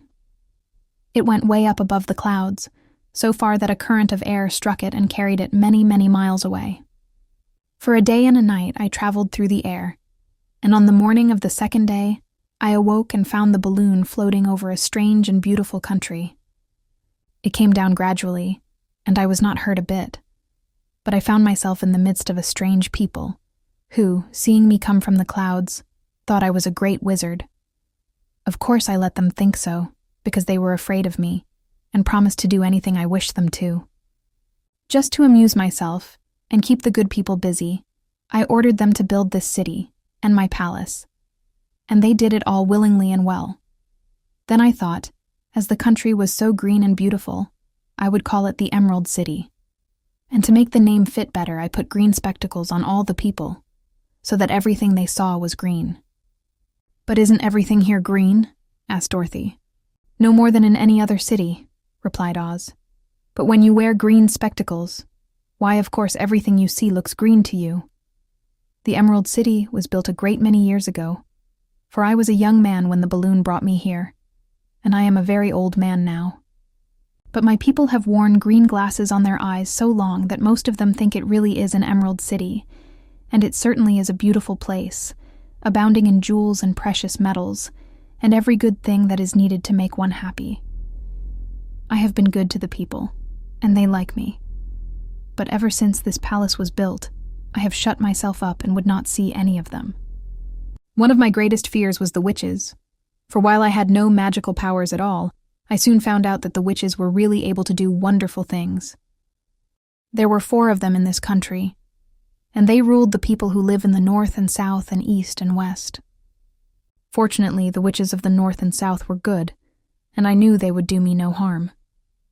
But the witches of the east and west were terribly wicked, and had they not thought I was more powerful than they themselves, they would surely have destroyed me. As it was, I lived in deadly fear of them for many years. So you can imagine how pleased I was when I heard your house had fallen on the Wicked Witch of the East. When you came to me, I was willing to promise anything, if you would only do away with the other witch. But now that you have melted her, I am ashamed to say that I cannot keep my promises." "I think you are a very bad man," said Dorothy. "Oh no, my dear, I'm really a very good man, but I'm a very bad wizard, I must admit." "Can't you give me brains?" asked the Scarecrow. "You don't need them. You are learning something every day. A baby has brains, but it doesn't know much. Experience is the only thing that brings knowledge, and the longer you are on Earth, the more experience you are sure to get." "That may all be true," said the Scarecrow, "but I shall be very unhappy unless you give me brains." The false wizard looked at him carefully. "Well," he said with a sigh, "I'm not much of a magician, as I said, but if you will come to me tomorrow morning, I will stuff your head with brains. I cannot tell you how to use them, however. You must find that out for yourself." "Oh, thank you, cried the Scarecrow. "I'll find a way to use them, never fear." "But how about my courage?" asked the Lion anxiously. "You have plenty of courage, I am sure," answered Oz. "All you need is confidence in yourself. There is no living thing that is not afraid when it faces danger. The true courage is in facing danger when you are afraid, and that kind of courage you have in plenty." "Perhaps I have, but I'm scared just the same," said the Lion. "I shall really be very unhappy unless you give me the sort of courage that makes one forget he is afraid." "Very well, I will give you that sort of courage tomorrow," replied Oz. "How about my heart?" asked the Tin Woodman. "Why, as for that," answered Oz, "I think you are wrong to want a heart. It makes most people unhappy. If you only knew it, you are in luck not to have a heart." "That must be a matter of opinion," said the Tin Woodman. "For my part, I will bear all the unhappiness without a murmur if you will give me the heart." "Very well," answered Oz meekly. "Come to me tomorrow and you shall have a heart. I have played wizard for so many years that I may as well continue the part a little longer." "And now," said Dorothy, "how am I to get back to Kansas?" "We shall have to think about that," replied the little man. "Give me 2 or 3 days to consider the matter, and I'll try to find a way to carry you over the desert. In the meantime, you shall all be treated as my guests, and while you live in the palace, my people will wait upon you and obey your slightest wish. There is only one thing I ask in return for my help, such as it is. You must keep my secret and tell no one I am a humbug." They agreed to say nothing of what they had learned, and went back to their rooms in high spirits. Even Dorothy had hope that the great and terrible Humbug, as she called him, would find a way to send her back to Kansas, and if he did, she was willing to forgive him everything. Chapter 16. The Magic Art of the Great Humbug. Next morning, the Scarecrow said to his friends, "Congratulate me. I am going to Oz to get my brains at last. When I return, I shall be as other men are." "I have always liked you as you were," said Dorothy simply. "It is kind of you to like a scarecrow," he replied. "But surely you will think more of me when you hear the splendid thoughts my new brain is going to turn out." Then he said goodbye to them all in a cheerful voice and went to the throne room, where he rapped upon the door. "Come in," said Oz. The Scarecrow went in and found the little man sitting down by the window, engaged in deep thought. "I have come for my brains," remarked the Scarecrow, a little uneasily. "Oh, yes. Sit down in that chair, please," replied Oz. "You must excuse me for taking your head off, but I shall have to do it in order to put your brains in their proper place." "That's all right," said the Scarecrow. "You are quite welcome to take my head off, as long as it will be a better one when you put it on again." So the wizard unfastened his head and emptied out the straw. Then he entered the back room and took up a measure of bran, which he mixed with a great many pins and needles. Having shaken them together thoroughly, he filled the top of the Scarecrow's head with the mixture and stuffed the rest of the space with straw to hold it in place. When he had fastened the Scarecrow's head on his body again, he said to him, "Hereafter you will be a great man, for I have given you a lot of brand new brains." The Scarecrow was both pleased and proud at the fulfillment of his greatest wish, and having thanked Oz warmly, he went back to his friends. Dorothy looked at him curiously. His head was quite bulged out at the top with brains. "How do you feel?" she asked. "I feel wise indeed," he answered earnestly. "When I get used to my brains, I shall know everything." "Why are those needles and pins sticking out of your head?" asked the Tin Woodman. "That is proof that he is sharp," remarked the Lion. "Well, I must go to Oz and get my heart," said the Woodman. So he walked to the throne room and knocked at the door. "Come in," called Oz, and the Woodman entered and said, "I have come for my heart." "Very well," answered the little man, "but I shall have to cut a hole in your breast, so I can put your heart in the right place. I hope it won't hurt you." "Oh no," answered the Woodman, "I shall not feel it at all." So Oz brought a pair of tinsmith's shears and cut a small, square hole in the left side of the Tin Woodman's breast. Then, going to a chest of drawers, he took out a pretty heart, made entirely of silk and stuffed with sawdust. "Isn't it a beauty?" he asked. "It is indeed," replied the Woodman, who was greatly pleased. "But is it a kind heart?" "Oh, very," answered Oz. He put the heart in the Woodman's breast and then replaced the square of tin, soldering it neatly together where it had been cut. "There," said he. "Now you have a heart that any man might be proud of. I'm sorry I had to put a patch on your breast, but it really couldn't be helped." "Never mind the patch," exclaimed the happy Woodman. "I am very grateful to you and shall never forget your kindness." "Don't speak of it," replied Oz. Then the Tin Woodman went back to his friends, who wished him every joy on account of his good fortune. The Lion now walked to the throne room and knocked at the door. "Come in," said Oz. "I have come for my courage," announced the Lion, entering the room. "Very well," answered the little man. "I will get it for you." He went to a cupboard, and reaching up to a high shelf, took down a square green bottle, the contents of which he poured into a green gold dish, beautifully carved. Placing this before the cowardly Lion, who sniffed at it as if he did not like it, the wizard said, "Drink." "What is it?" asked the Lion. "Well," answered Oz, "if it were inside of you, it would be courage. You know, of course, that courage is always inside one, so that this really cannot be called courage until you have swallowed it. Therefore, I advise you to drink it as soon as possible." The Lion hesitated no longer, but drank till the dish was empty. "How do you feel now?" asked Oz. "Full of courage," replied the Lion, who went joyfully back to his friends to tell them of his good fortune. Oz, left to himself, smiled to think of his success in giving the Scarecrow and the Tin Woodman and the Lion exactly what they thought they wanted. "How can I help being a humbug," he said, "when all these people make me do things that everybody knows can't be done?" It was easy to make the Scarecrow and the Lion and the Woodman happy, because they imagined I could do anything. But it will take more than imagination to carry Dorothy back to Kansas, and I'm sure I don't know how it can be done. Chapter 17. How the Balloon Was Launched. For 3 days, Dorothy heard nothing from Oz. These were sad days for the little girl, although her friends were all quite happy and contented. The Scarecrow told them there were wonderful thoughts in his head, but he would not say what they were because he knew no one could understand them but himself. When the Tin Woodman walked about, he felt his heart rattling around in his breast, and he told Dorothy he had discovered it to be a kinder and more tender heart than the one he had owned when he was made of flesh. The Lion declared he was afraid of nothing on earth, and would gladly face an army or a dozen of the fierce Kalidahs.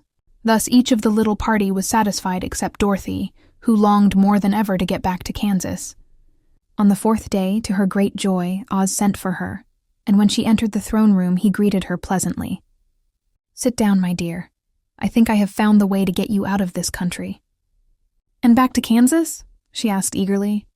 "Well, I'm not sure about Kansas," said Oz, "for I haven't the faintest notion which way it lies. But the first thing to do is to cross the desert, and then it should be easy to find your way home." "How can I cross the desert?" she inquired. "Well, I'll tell you what I think," said the little man. "You see, when I came to this country, it was in a balloon. You also came through the air, being carried by a cyclone. So I believe the best way to get across the desert will be through the air. Now, it is quite beyond my powers to make a cyclone, but I've been thinking the matter over, and I believe I can make a balloon." "How?" asked Dorothy. "A balloon," said Oz, "is made of silk, which is coated with glue to keep the gas in it. I have plenty of silk in the palace, so it will be no trouble to make the balloon. But in all this country, there is no gas to fill the balloon with, to make it float." "If it won't float," remarked Dorothy, "it will be of no use to us." "True," answered Oz. "But there is another way to make it float, which is to fill it with hot air.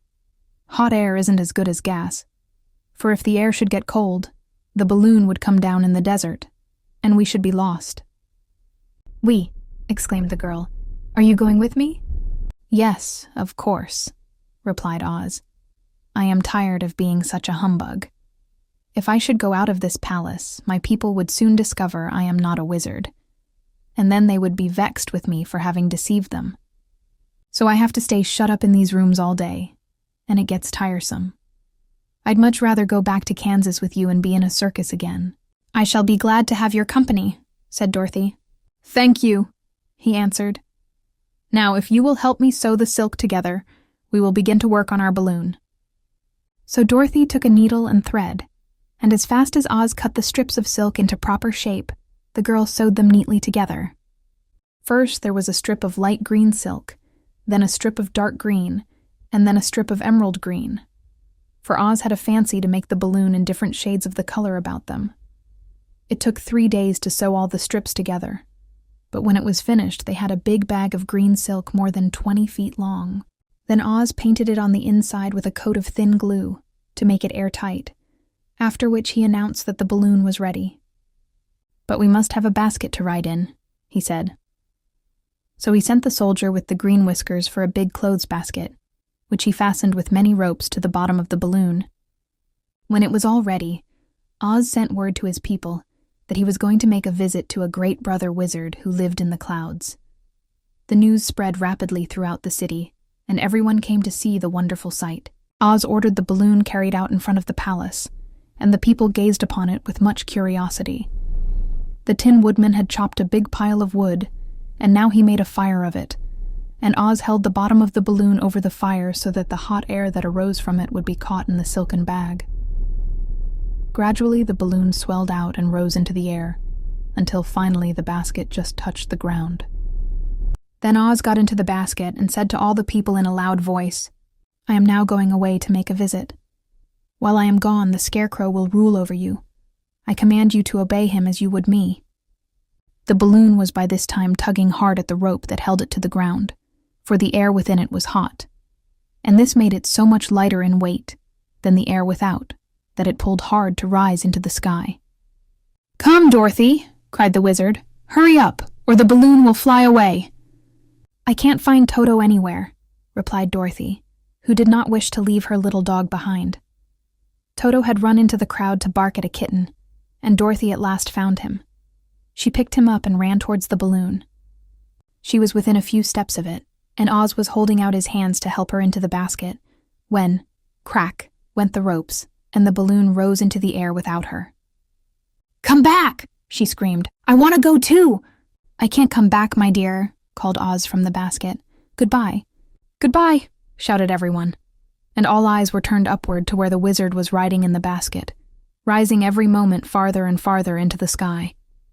And that was the last any of them ever saw of Oz, the wonderful wizard, though he may have reached Omaha safely, and be there now, for all we know.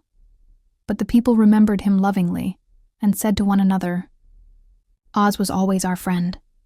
When he was here, he built for us this beautiful Emerald City, and now he is gone, he has left the wise Scarecrow to rule over us." Still, for many days they grieved over the loss of the wonderful wizard, and would not be comforted. Chapter 18. Away to the South. Dorothy wept bitterly at the passing of her hope to get home to Kansas again. But when she thought it all over, she was glad she had not gone up in a balloon. And she also felt sorry at losing Oz, and so did her companions. The Tin Woodman came to her and said, "Truly I should be ungrateful if I failed to mourn for the man who gave me my lovely heart. I should like to cry a little because Oz is gone, if you will kindly wipe away my tears, so that I shall not rust." "With pleasure," she answered, and brought a towel at once. Then the Tin Woodman wept for several minutes, and she watched the tears carefully and wiped them away with the towel. When he had finished, he thanked her kindly and oiled himself thoroughly with his jeweled oil can to guard against mishap. The Scarecrow was now the ruler of the Emerald City, and although he was not a wizard, the people were proud of him. For, they said, there is not another city in all the world that is ruled by a stuffed man. And so far as they knew, they were quite right. The morning after the balloon had gone up with Oz, the four travelers met in the throne room and talked matters over. The Scarecrow sat in the big throne, and the others stood respectfully before him. "We are not so unlucky," said the new ruler, "for this palace and the Emerald City belong to us, and we can do just as we please. When I remember that a short time ago I was up on a pole in a farmer's cornfield, and that now I am the ruler of this beautiful city, I am quite satisfied with my lot." "I also," said the Tin Woodman, "am well pleased with my new heart, and really, that was the only thing I wished in all the world. For my part, I am content in knowing I am as brave as any beast that ever lived, if not braver," said the Lion modestly. "If Dorothy would only be contented to live in the Emerald City," continued the Scarecrow, "we might all be happy together." "But I don't want to live here," cried Dorothy. "I want to go to Kansas and live with Aunt Em and Uncle Henry." "Well then, what can be done?" inquired the Woodman. The Scarecrow decided to think, and he thought so hard that the pins and needles began to stick out of his brains. Finally he said, "Why not call the winged monkeys and ask them to carry you over the desert?" "I never thought of that," said Dorothy joyfully. "It's just the thing. I'll go at once for the golden cap." When she brought it into the throne room, she spoke the magic words, and soon the band of winged monkeys flew in through the open window and stood beside her. "This is the second time you have called us," said the Monkey King, bowing before the little girl. "What do you wish?" "I want you to fly with me to Kansas," said Dorothy. But the Monkey King shook his head. "That cannot be done," he said. "We belong to this country alone and cannot leave it. There has never been a winged monkey in Kansas yet, and I suppose there never will be, for they don't belong there. We shall be glad to serve you in any way in our power, but we cannot cross the desert. Goodbye." And with another bow, the Monkey King spread his wings and flew away through the window, followed by all his band. Dorothy was ready to cry with disappointment. "I have wasted the charm of the golden cap to no purpose," she said, "for the winged monkeys cannot help me." "It is certainly too bad," said the tender-hearted Woodman. The Scarecrow was thinking again, and his head bulged out so horribly that Dorothy feared it would burst. "Let us call in the soldier with the green whiskers," he said, "and ask his advice." So the soldier was summoned and entered the throne room timidly, for while Oz was alive he never was allowed to come farther than the door. "This little girl," said the Scarecrow to the soldier, "wishes to cross the desert. How can she do so?" "I cannot tell," answered the soldier, "for nobody has ever crossed the desert unless it is Oz himself." "Is there no one who can help me?" asked Dorothy earnestly. "Glinda might," he suggested. "Who is Glinda?" inquired the Scarecrow. "The Witch of the South. She is the most powerful of all the witches, and rules over the Quadlings. Besides, her castle stands on the edge of the desert, so she may know a way to cross it." "Glinda is a good witch, isn't she?" asked the child. "The Quadlings think she is good," said the soldier. "And she is kind to everyone. I have heard that Glinda is a beautiful woman, who knows how to keep young in spite of the many years she has lived." "How can I get to her castle?" asked Dorothy. "The road is straight to the south," he answered, "but it is said to be full of dangers to travelers. There are wild beasts in the woods, and a race of queer men who do not like strangers to cross their country. For this reason, none of the Quadlings ever come to the Emerald City." The soldier then left them, and the Scarecrow said, "It seems, in spite of dangers, that the best thing Dorothy can do is to travel to the land of the South and ask Glinda to help her. For, of course, if Dorothy stays here, she will never get back to Kansas." "You must have been thinking again," remarked the Tin Woodman. "I have," said the Scarecrow. "I shall go with Dorothy," declared the Lion, for I am tired of your city and long for the woods and the country again. I am really a wild beast, you know. Besides, Dorothy will need someone to protect her." "That is true," agreed the Woodman. "My axe may be of service to her, so I also will go with her to the land of the south." "When shall we start?" asked the Scarecrow. "Are you going?" they asked in surprise.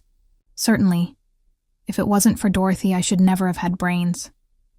She lifted me from the pole in the cornfield and brought me to the Emerald City. So my good luck is all due to her, and I shall never leave her until she starts back to Kansas for good and all." "Thank you," said Dorothy gratefully. "You are all very kind to me, but I should like to start as soon as possible." "We shall go tomorrow morning," returned the Scarecrow. "So now let us all get ready, for it will be a long journey." Chapter 19. Attacked by the Fighting Trees.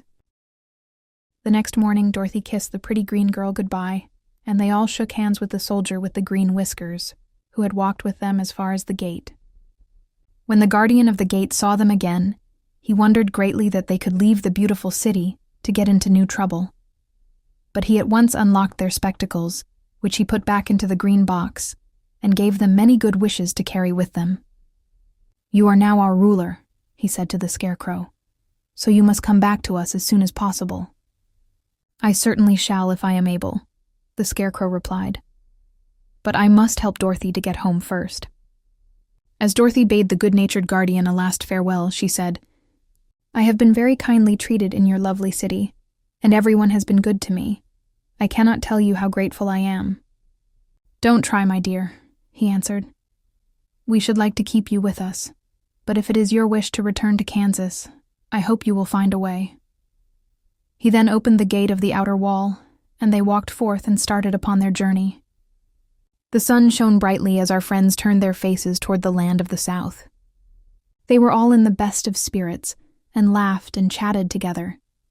Dorothy was once more filled with the hope of getting home, and the Scarecrow and the Tin Woodman were glad to be of use to her. As for the lion, he sniffed the fresh air with delight and whisked his tail from side to side in pure joy at being in the country again, while Toto ran around them and chased the moths and butterflies, barking merrily all the time. "City life does not agree with me at all," remarked the lion, as they walked along at a brisk pace. "I have lost much flesh since I lived there, and now I am anxious for a chance to show the other beasts how courageous I have grown." They now turned and took a last look at the Emerald City. All they could see was a mass of towers and steeples behind the green walls, and high up above everything the spires and dome of the Palace of Oz. "Oz was not such a bad wizard, after all," said the Tin Woodman, as he felt his heart rattling around in his breast. "He knew how to give me brains, and very good brains, too," said the Scarecrow. "If Oz had taken a dose of the same courage he gave me," added the lion, "he would have been a brave man." Dorothy said nothing. Oz had not kept the promise he made her, but he had done his best, so she forgave him. As he said, he was a good man, even if he was a bad wizard. The first day's journey was through the green fields and bright flowers that stretched about the Emerald City on every side. They slept that night on the grass, with nothing but the stars over them, and they rested very well indeed. In the morning they traveled on until they came to a thick wood. There was no way of going around it, for it seemed to extend to the right and left as far as they could see, and besides, they did not dare change the direction of their journey for fear of getting lost. So they looked for the place where it would be easiest to get into the forest. The Scarecrow, who was in the lead, finally discovered a big tree with such wide-spreading branches that there was room for the party to pass underneath. So he walked forward to the tree, but just as he came under the first branches, they bent down and twined around him, and the next minute he was raised from the ground and flung headlong among his fellow travelers. This did not hurt the Scarecrow, but it surprised him, and he looked rather dizzy when Dorothy picked him up. "Here is another space between the trees," called the lion. "Let me try it first," said the Scarecrow, "for it doesn't hurt me to get thrown about." He walked up to another tree as he spoke, but its branches immediately seized him and tossed him back again. "This is strange," exclaimed Dorothy. "What shall we do?" "The trees seem to have made up their minds to fight us and stop our journey," remarked the lion. "I believe I will try it myself," said the Woodman. And shouldering his axe, he marched up to the first tree that had handled the Scarecrow so roughly. When a big branch bent down to seize him, the Woodman chopped at it so fiercely that he cut it in two. At once the tree began shaking all its branches as if in pain, and the Tin Woodman passed safely under it. "Come on," he shouted to the others. "Be quick." They all ran forward and passed under the tree without injury, except Toto, who was caught by a small branch and shaken until he howled. But the Woodman promptly chopped off the branch and set the little dog free. The other trees of the forest did nothing to keep them back, so they made up their minds that only the first row of trees could bend down their branches, and that probably these were the policemen of the forest, and given this wonderful power in order to keep strangers out of it. The four travelers walked with ease through the trees until they came to the farther edge of the wood. Then, to their surprise, they found before them a high wall, which seemed to be made of white china. It was smooth, like the surface of a dish, and higher than their heads. "What shall we do now?" asked Dorothy. "I will make a ladder," said the Tin Woodman, "for we certainly must climb over the wall." Chapter 20. The Dainty China Country. While the Woodman was making a ladder from wood which he found in the forest, Dorothy lay down and slept, for she was tired by the long walk. The Lion also curled himself up to sleep, and Toto lay beside him. The Scarecrow watched the Woodman while he worked and said to him, "I cannot think why this wall is here, nor what it is made of." "Rest your brains and do not worry about the wall," replied the Woodman. "When we have climbed over it, we shall know what is on the other side." After a time, the ladder was finished. It looked clumsy, but the Tin Woodman was sure it was strong and would answer their purpose. The Scarecrow waked Dorothy and the Lion and Toto and told them that the ladder was ready. The Scarecrow climbed up the ladder first, but he was so awkward that Dorothy had to follow close behind and keep him from falling off. When he got his head over the top of the wall, the Scarecrow said, "Oh my." "Go on," exclaimed Dorothy. So the Scarecrow climbed farther up and sat down on the top of the wall, and Dorothy put her head over and cried, "Oh my," just as the Scarecrow had done.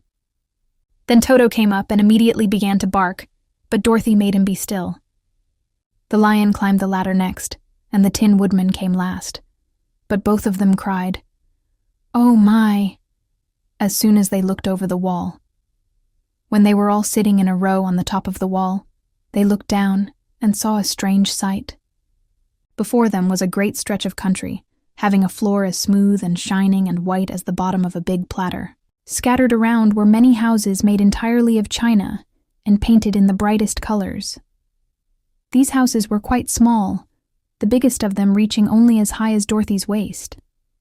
There were also pretty little barns, with china fences around them, and many cows and sheep and horses and pigs and chickens, all made of china, were standing about in groups. But the strangest of all were the people who lived in this queer country. There were milkmaids and shepherdesses, with brightly colored bodices and golden spots all over their gowns, and princesses with most gorgeous frocks of silver and gold and purple, and shepherds dressed in knee breeches with pink and yellow and blue stripes down them, and golden buckles on their shoes, and princes with jeweled crowns upon their heads, wearing ermine robes and satin doublets, and funny clowns in ruffled gowns, with round red spots upon their cheeks and tall pointed caps. And strangest of all, these people were all made of china, even to their clothes, and were so small that the tallest of them was no higher than Dorothy's knee. No one did so much as look at the travelers at first, except one little purple china dog with an extra large head, which came to the wall and barked at them in a tiny voice, afterwards running away again. "How shall we get down?" asked Dorothy. They found the ladder so heavy they could not pull it up. So the Scarecrow fell off the wall, and the others jumped down upon him, so that the hard floor would not hurt their feet. Of course, they took pains not to light on his head and get the pins in their feet. When all were safely down, they picked up the Scarecrow, whose body was quite flattened out, and patted his straw into shape again. "We must cross this strange place in order to get to the other side," said Dorothy, "for it would be unwise for us to go any other way except due south." They began walking through the country of the China people, and the first thing they came to was a China milkmaid milking a China cow.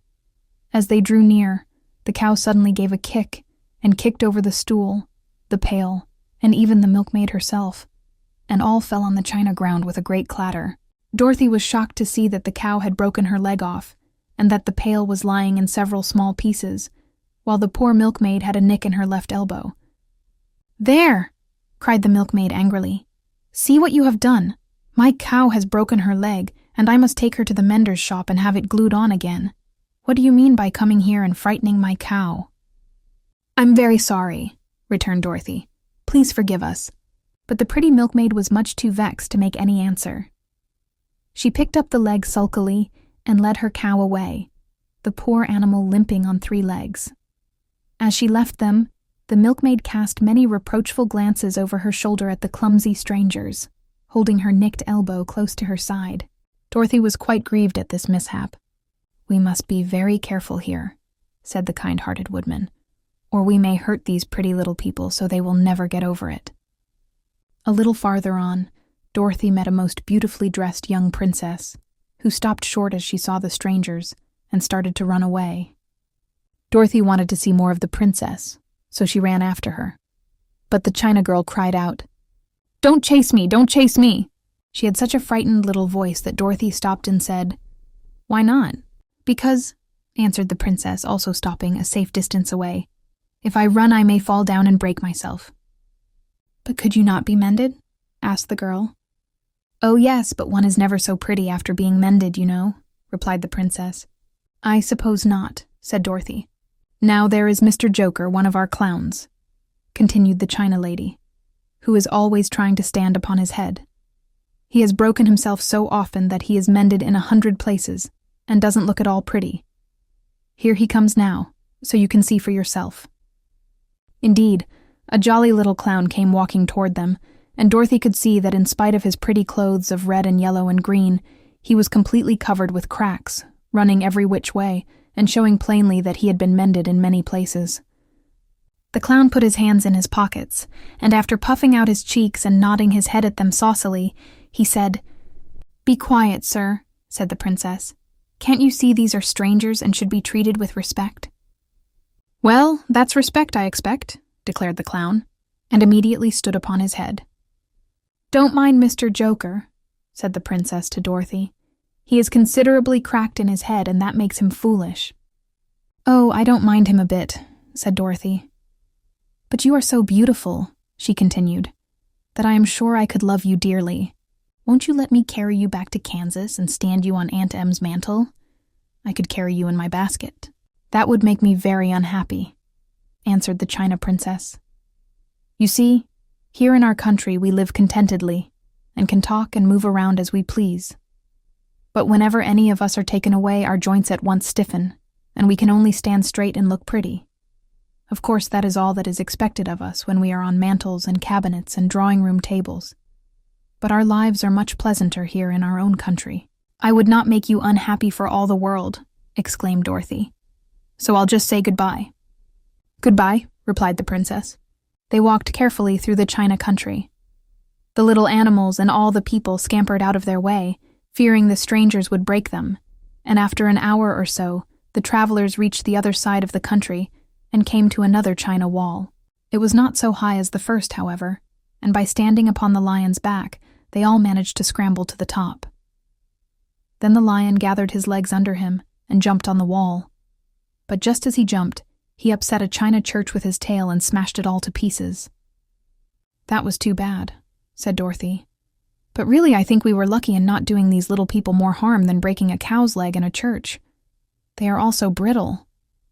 "They are indeed," said the Scarecrow, "and I am thankful I am made of straw and cannot be easily damaged. There are worse things in the world than being a scarecrow. My Lady Fair, why do you stare? At poor old Mr. Joker? You're quite as stiff and prim as if you'd eaten up a poker." Chapter 21. The Lion Becomes the King of Beasts. After climbing down from the China wall, the travelers found themselves in a disagreeable country, full of bogs and marshes, and covered with tall, rank grass. It was difficult to walk without falling into muddy holes, for the grass was so thick that it hid them from sight. However, by carefully picking their way, They got safely along until they reached solid ground. But here the country seemed wilder than ever, and after a long and tiresome walk through the underbrush, they entered another forest, where the trees were bigger and older than any they had ever seen. "This forest is perfectly delightful," declared the lion, looking around him with joy. "Never have I seen a more beautiful place." "It seems gloomy," said the Scarecrow. "Not a bit of it," answered the lion. "I should like to live here all my life. See how soft the dried leaves are under your feet, and how rich and green the moss is that clings to these old trees. Surely no wild beast could wish a pleasanter home." "Perhaps there are wild beasts in the forest now," said Dorothy. "I suppose there are," returned the lion, "but I do not see any of them about." They walked through the forest until it became too dark to go any farther. Dorothy and Toto and the lion lay down to sleep, while the Woodman and the Scarecrow kept watch over them as usual. When morning came, they started again. Before they had gone far, they heard a low rumble, as of the growling of many wild animals. Toto whimpered a little, but none of the others was frightened, and they kept along the well-trodden path until they came to an opening in the wood, in which were gathered hundreds of beasts of every variety. There were tigers and elephants and bears and wolves and foxes and all the others in the natural history, and for a moment Dorothy was afraid. But the lion explained that the animals were holding a meeting, and he judged by their snarling and growling that they were in great trouble. As he spoke, several of the beasts caught sight of him, and at once the great assemblage hushed as if by magic. The biggest of the tigers came up to the lion and bowed, saying, "Welcome, O King of Beasts. You have come in good time to fight our enemy and bring peace to all the animals of the forest once more." "What is your trouble?" asked the lion quietly. "We are all threatened," answered the tiger, "by a fierce enemy which has lately come into this forest. It is a most tremendous monster, like a great spider, with a body as big as an elephant and legs as long as a tree trunk. It has 8 of these long legs, and as the monster crawls through the forest, he seizes an animal with a leg and drags it to his mouth, where he eats it as a spider does a fly. Not one of us is safe while this fierce creature is alive, and we had called a meeting to decide how to take care of ourselves when you came among us." The lion thought for a moment. "Are there any other lions in this forest?" he asked. "No. There were some, but the monster has eaten them all. And besides, they were none of them nearly so large and brave as you." "If I put an end to your enemy, will you bow down to me and obey me as king of the forest?" inquired the lion. "We will do that gladly," returned the tiger, and all the other beasts roared with a mighty roar. "We will." "Where is this great spider of yours now?" asked the lion. "Yonder, among the oak trees," said the tiger, pointing with his forefoot. "Take good care of these friends of mine," said the lion, "and I will go at once to fight the monster." He bade his comrades goodbye and marched proudly away to do battle with the enemy. The great spider was lying asleep when the lion found him, and it looked so ugly that its foe turned up his nose in disgust. Its legs were quite as long as the tiger had said, and its body covered with coarse black hair. It had a great mouth, with a row of sharp teeth a foot long, but its head was joined to the pudgy body by a neck as slender as a wasp's waist. This gave the lion a hint of the best way to attack the creature, and as he knew it was easier to fight it asleep than awake, he gave a great spring and landed directly upon the monster's back. Then, with one blow of his heavy paw, all armed with sharp claws, he knocked the spider's head from its body. Jumping down, he watched it until the long legs stopped wiggling when he knew it was quite dead. The lion went back to the opening where the beasts of the forest were waiting for him and said proudly, "You need fear your enemy no longer." Then the beasts bowed down to the lion as their king, and he promised to come back and rule over them as soon as Dorothy was safely on her way to Kansas. Chapter 22. The Country of the Quadlings. The 4 travelers passed through the rest of the forest in safety, and when they came out from its gloom, saw before them a steep hill, covered from top to bottom with great pieces of rock.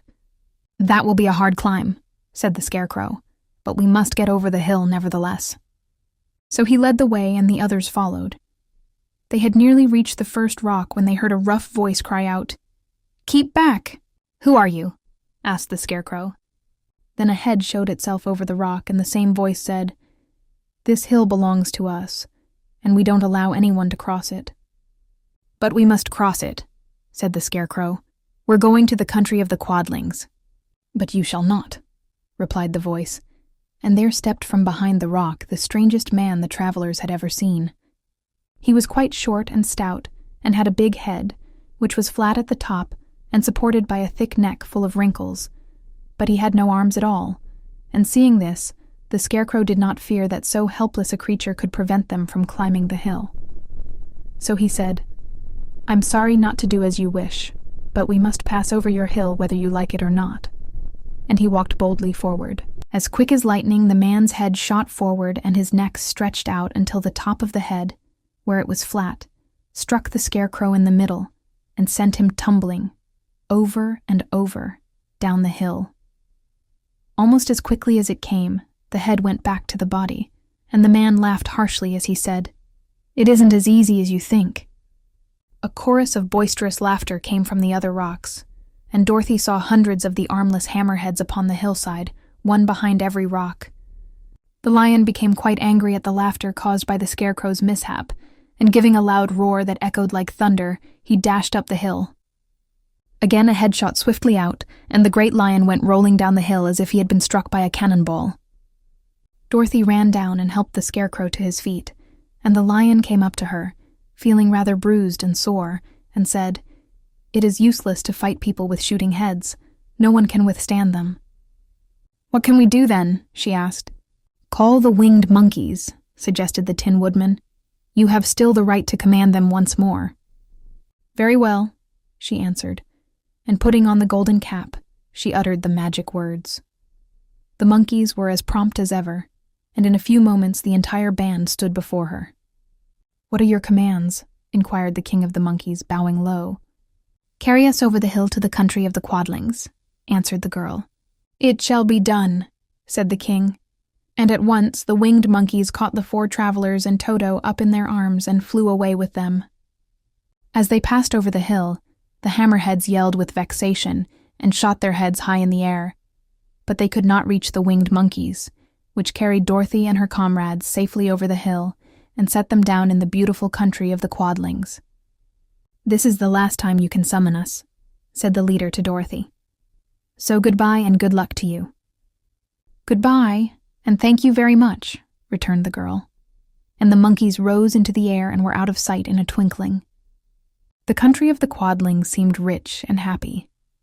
There was field upon field of ripening grain, with well-paved roads running between, and pretty rippling brooks with strong bridges across them. The fences and houses and bridges were all painted bright red, just as they had been painted yellow in the country of the Winkies, and blue in the country of the Munchkins. The Quadlings themselves, who were short and fat and looked chubby and good-natured, were dressed all in red, which showed bright against the green grass and the yellowing grain. The monkeys had set them down near a farmhouse, and the 4 travelers walked up to it and knocked at the door. It was opened by the farmer's wife, and when Dorothy asked for something to eat, the woman gave them all a good dinner, with 3 kinds of cake and 4 kinds of cookies, and a bowl of milk for Toto. "How far is it to the castle of Glinda?" asked the child. "It is not a great way," answered the farmer's wife. "Take the road to the south, and you will soon reach it." Thanking the good woman, they started afresh and walked by the fields and across the pretty bridges until they saw before them a very beautiful castle. Before the gates were 3 young girls, dressed in handsome red uniforms trimmed with gold braid, and as Dorothy approached, one of them said to her, "Why have you come to the South Country?" "To see the good witch who rules here," she answered. "Will you take me to her?" "Let me have your name, and I will ask Glinda if she will receive you." They told who they were, and the girl soldier went into the castle. After a few moments, she came back to say that Dorothy and the others were to be admitted at once. Chapter 23.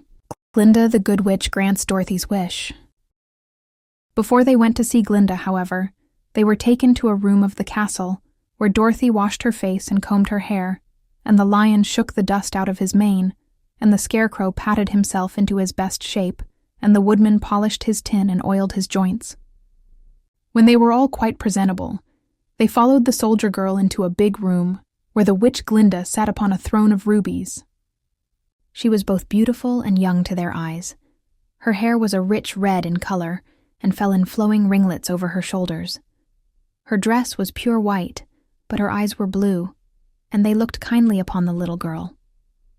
"What can I do for you, my child?" she asked.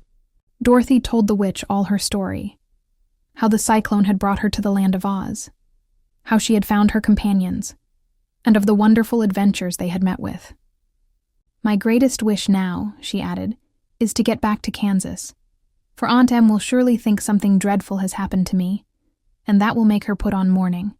And unless the crops are better this year than they were last, I am sure Uncle Henry cannot afford it." Glinda leaned forward and kissed the sweet upturned face of the loving little girl. "Bless your dear heart," she said. "I am sure I can tell you of a way to get back to Kansas." Then she added, "But if I do, you must give me the golden cap." "Willingly," exclaimed Dorothy. "Indeed, it is of no use to me now, and when you have it, you can command the winged monkeys 3 times. "And I think I shall need their service just those 3 times," answered Glinda, smiling. Dorothy then gave her the golden cap, and the witch said to the Scarecrow, "What will you do when Dorothy has left us?" "I will return to the Emerald City," he replied, "for Oz has made me its ruler, and the people like me. The only thing that worries me is how to cross the Hill of the Hammerheads. By means of the golden cap, I shall command the winged monkeys to carry you to the gates of the Emerald City," said Glinda, "for it would be a shame to deprive the people of so wonderful a ruler." "Am I really wonderful?" asked the Scarecrow. "You are unusual," replied Glinda. Turning to the Tin Woodman, she asked, "What will become of you when Dorothy leaves this country?" He leaned on his axe and thought a moment. Then he said, "The Winkies were very kind to me and wanted me to rule over them after the Wicked Witch died. I am fond of the Winkies, and if I could get back again to the country of the West, I should like nothing better than to rule over them forever." "My second command to the winged monkeys," said Glinda, "will be that they carry you safely to the land of the Winkies. Your brain may not be so large to look at as those of the Scarecrow, but you are really brighter than he is, when you are well polished. And I am sure you will rule the Winkies wisely and well." Then the witch looked at the big, shaggy lion and asked, "When Dorothy has returned to her own home, what will become of you?" "Over the Hill of the Hammerheads," he answered, "lies a grand old forest, and all the beasts that live there have made me their king. If I could only get back to this forest, I would pass my life very happily there." "My third command to the winged monkeys," said Glinda, "shall be to carry you to your forest. Then, having used up the powers of the golden cap, I shall give it to the king of the monkeys, that he and his band may thereafter be free forevermore." The Scarecrow and the Tin Woodman and the lion now thanked the good witch earnestly for her kindness, and Dorothy exclaimed, "You are certainly as good as you are beautiful. But you have not yet told me how to get back to Kansas." "Your silver shoes will carry you over the desert," replied Glinda. "If you had known their power, you could have gone back to your Aunt Em the very first day you came to this country." "But then I should not have had my wonderful brains," cried the Scarecrow. "I might have passed my whole life in the farmer's cornfield." "And I should not have had my lovely heart," said the Tin Woodman. "I might have stood and rusted in the forest till the end of the world. And I should have lived a coward forever," declared the lion, "and no beast in all the forest would have had a good word to say to me." "This is all true," said Dorothy, "and I am glad I was of use to these good friends. But now that each of them has had what he most desired, and each is happy in having a kingdom to rule besides, I think I should like to go back to Kansas." "The silver shoes," said the good witch, "have wonderful powers, and one of the most curious things about them is that they can carry you to any place in the world in 3 steps, and each step will be made in the wink of an eye. All you have to do is to knock the heels together 3 times and command the shoes to carry you wherever you wish to go." "If that is so," said the child joyfully, "I will ask them to carry me back to Kansas at once." She threw her arms around the lion's neck and kissed him, patting his big head tenderly. Then she kissed the Tin Woodman, who was weeping in a way most dangerous to his joints. But she hugged the soft, stuffed body of the Scarecrow in her arms instead of kissing his painted face, and found she was crying herself at this sorrowful parting from her loving comrades. Glinda the Good stepped down from her ruby throne to give the little girl a goodbye kiss, and Dorothy thanked her for all the kindness she had shown to her friends and herself. Dorothy now took Toto up solemnly in her arms, and having said one last goodbye, she clapped the heels of her shoes together 3 times, saying, "Take me home to Aunt Em." Instantly she was whirling through the air, so swiftly that all she could see or feel was the wind whistling past her ears. The silver shoes took but 3 steps, and then she stopped so suddenly that she rolled over upon the grass several times before she knew where she was. At length, however, she sat up and looked about her. "Good gracious!" she cried, for she was sitting on the broad Kansas prairie, and just before her was the new farmhouse Uncle Henry built after the cyclone had carried away the old one. Uncle Henry was milking the cows in the barnyard, and Toto had jumped out of her arms and was running toward the barn, barking furiously. Dorothy stood up and found she was in her stocking feet, for the silver shoes had fallen off in her flight through the air and were lost forever in the desert. Chapter 24. Home again. Aunt Em had just come out of the house to water the cabbages when she looked up and saw Dorothy running toward her. "My darling child," she cried, folding the little girl in her arms and covering her face with kisses. "Where in the world did you come from?" "From the land of Oz," said Dorothy gravely. "And here is Toto, too. And oh, Aunt Em, I'm so glad to be at home again." This concludes the end of the story. Thank you for listening to Classic Audiobooks Library.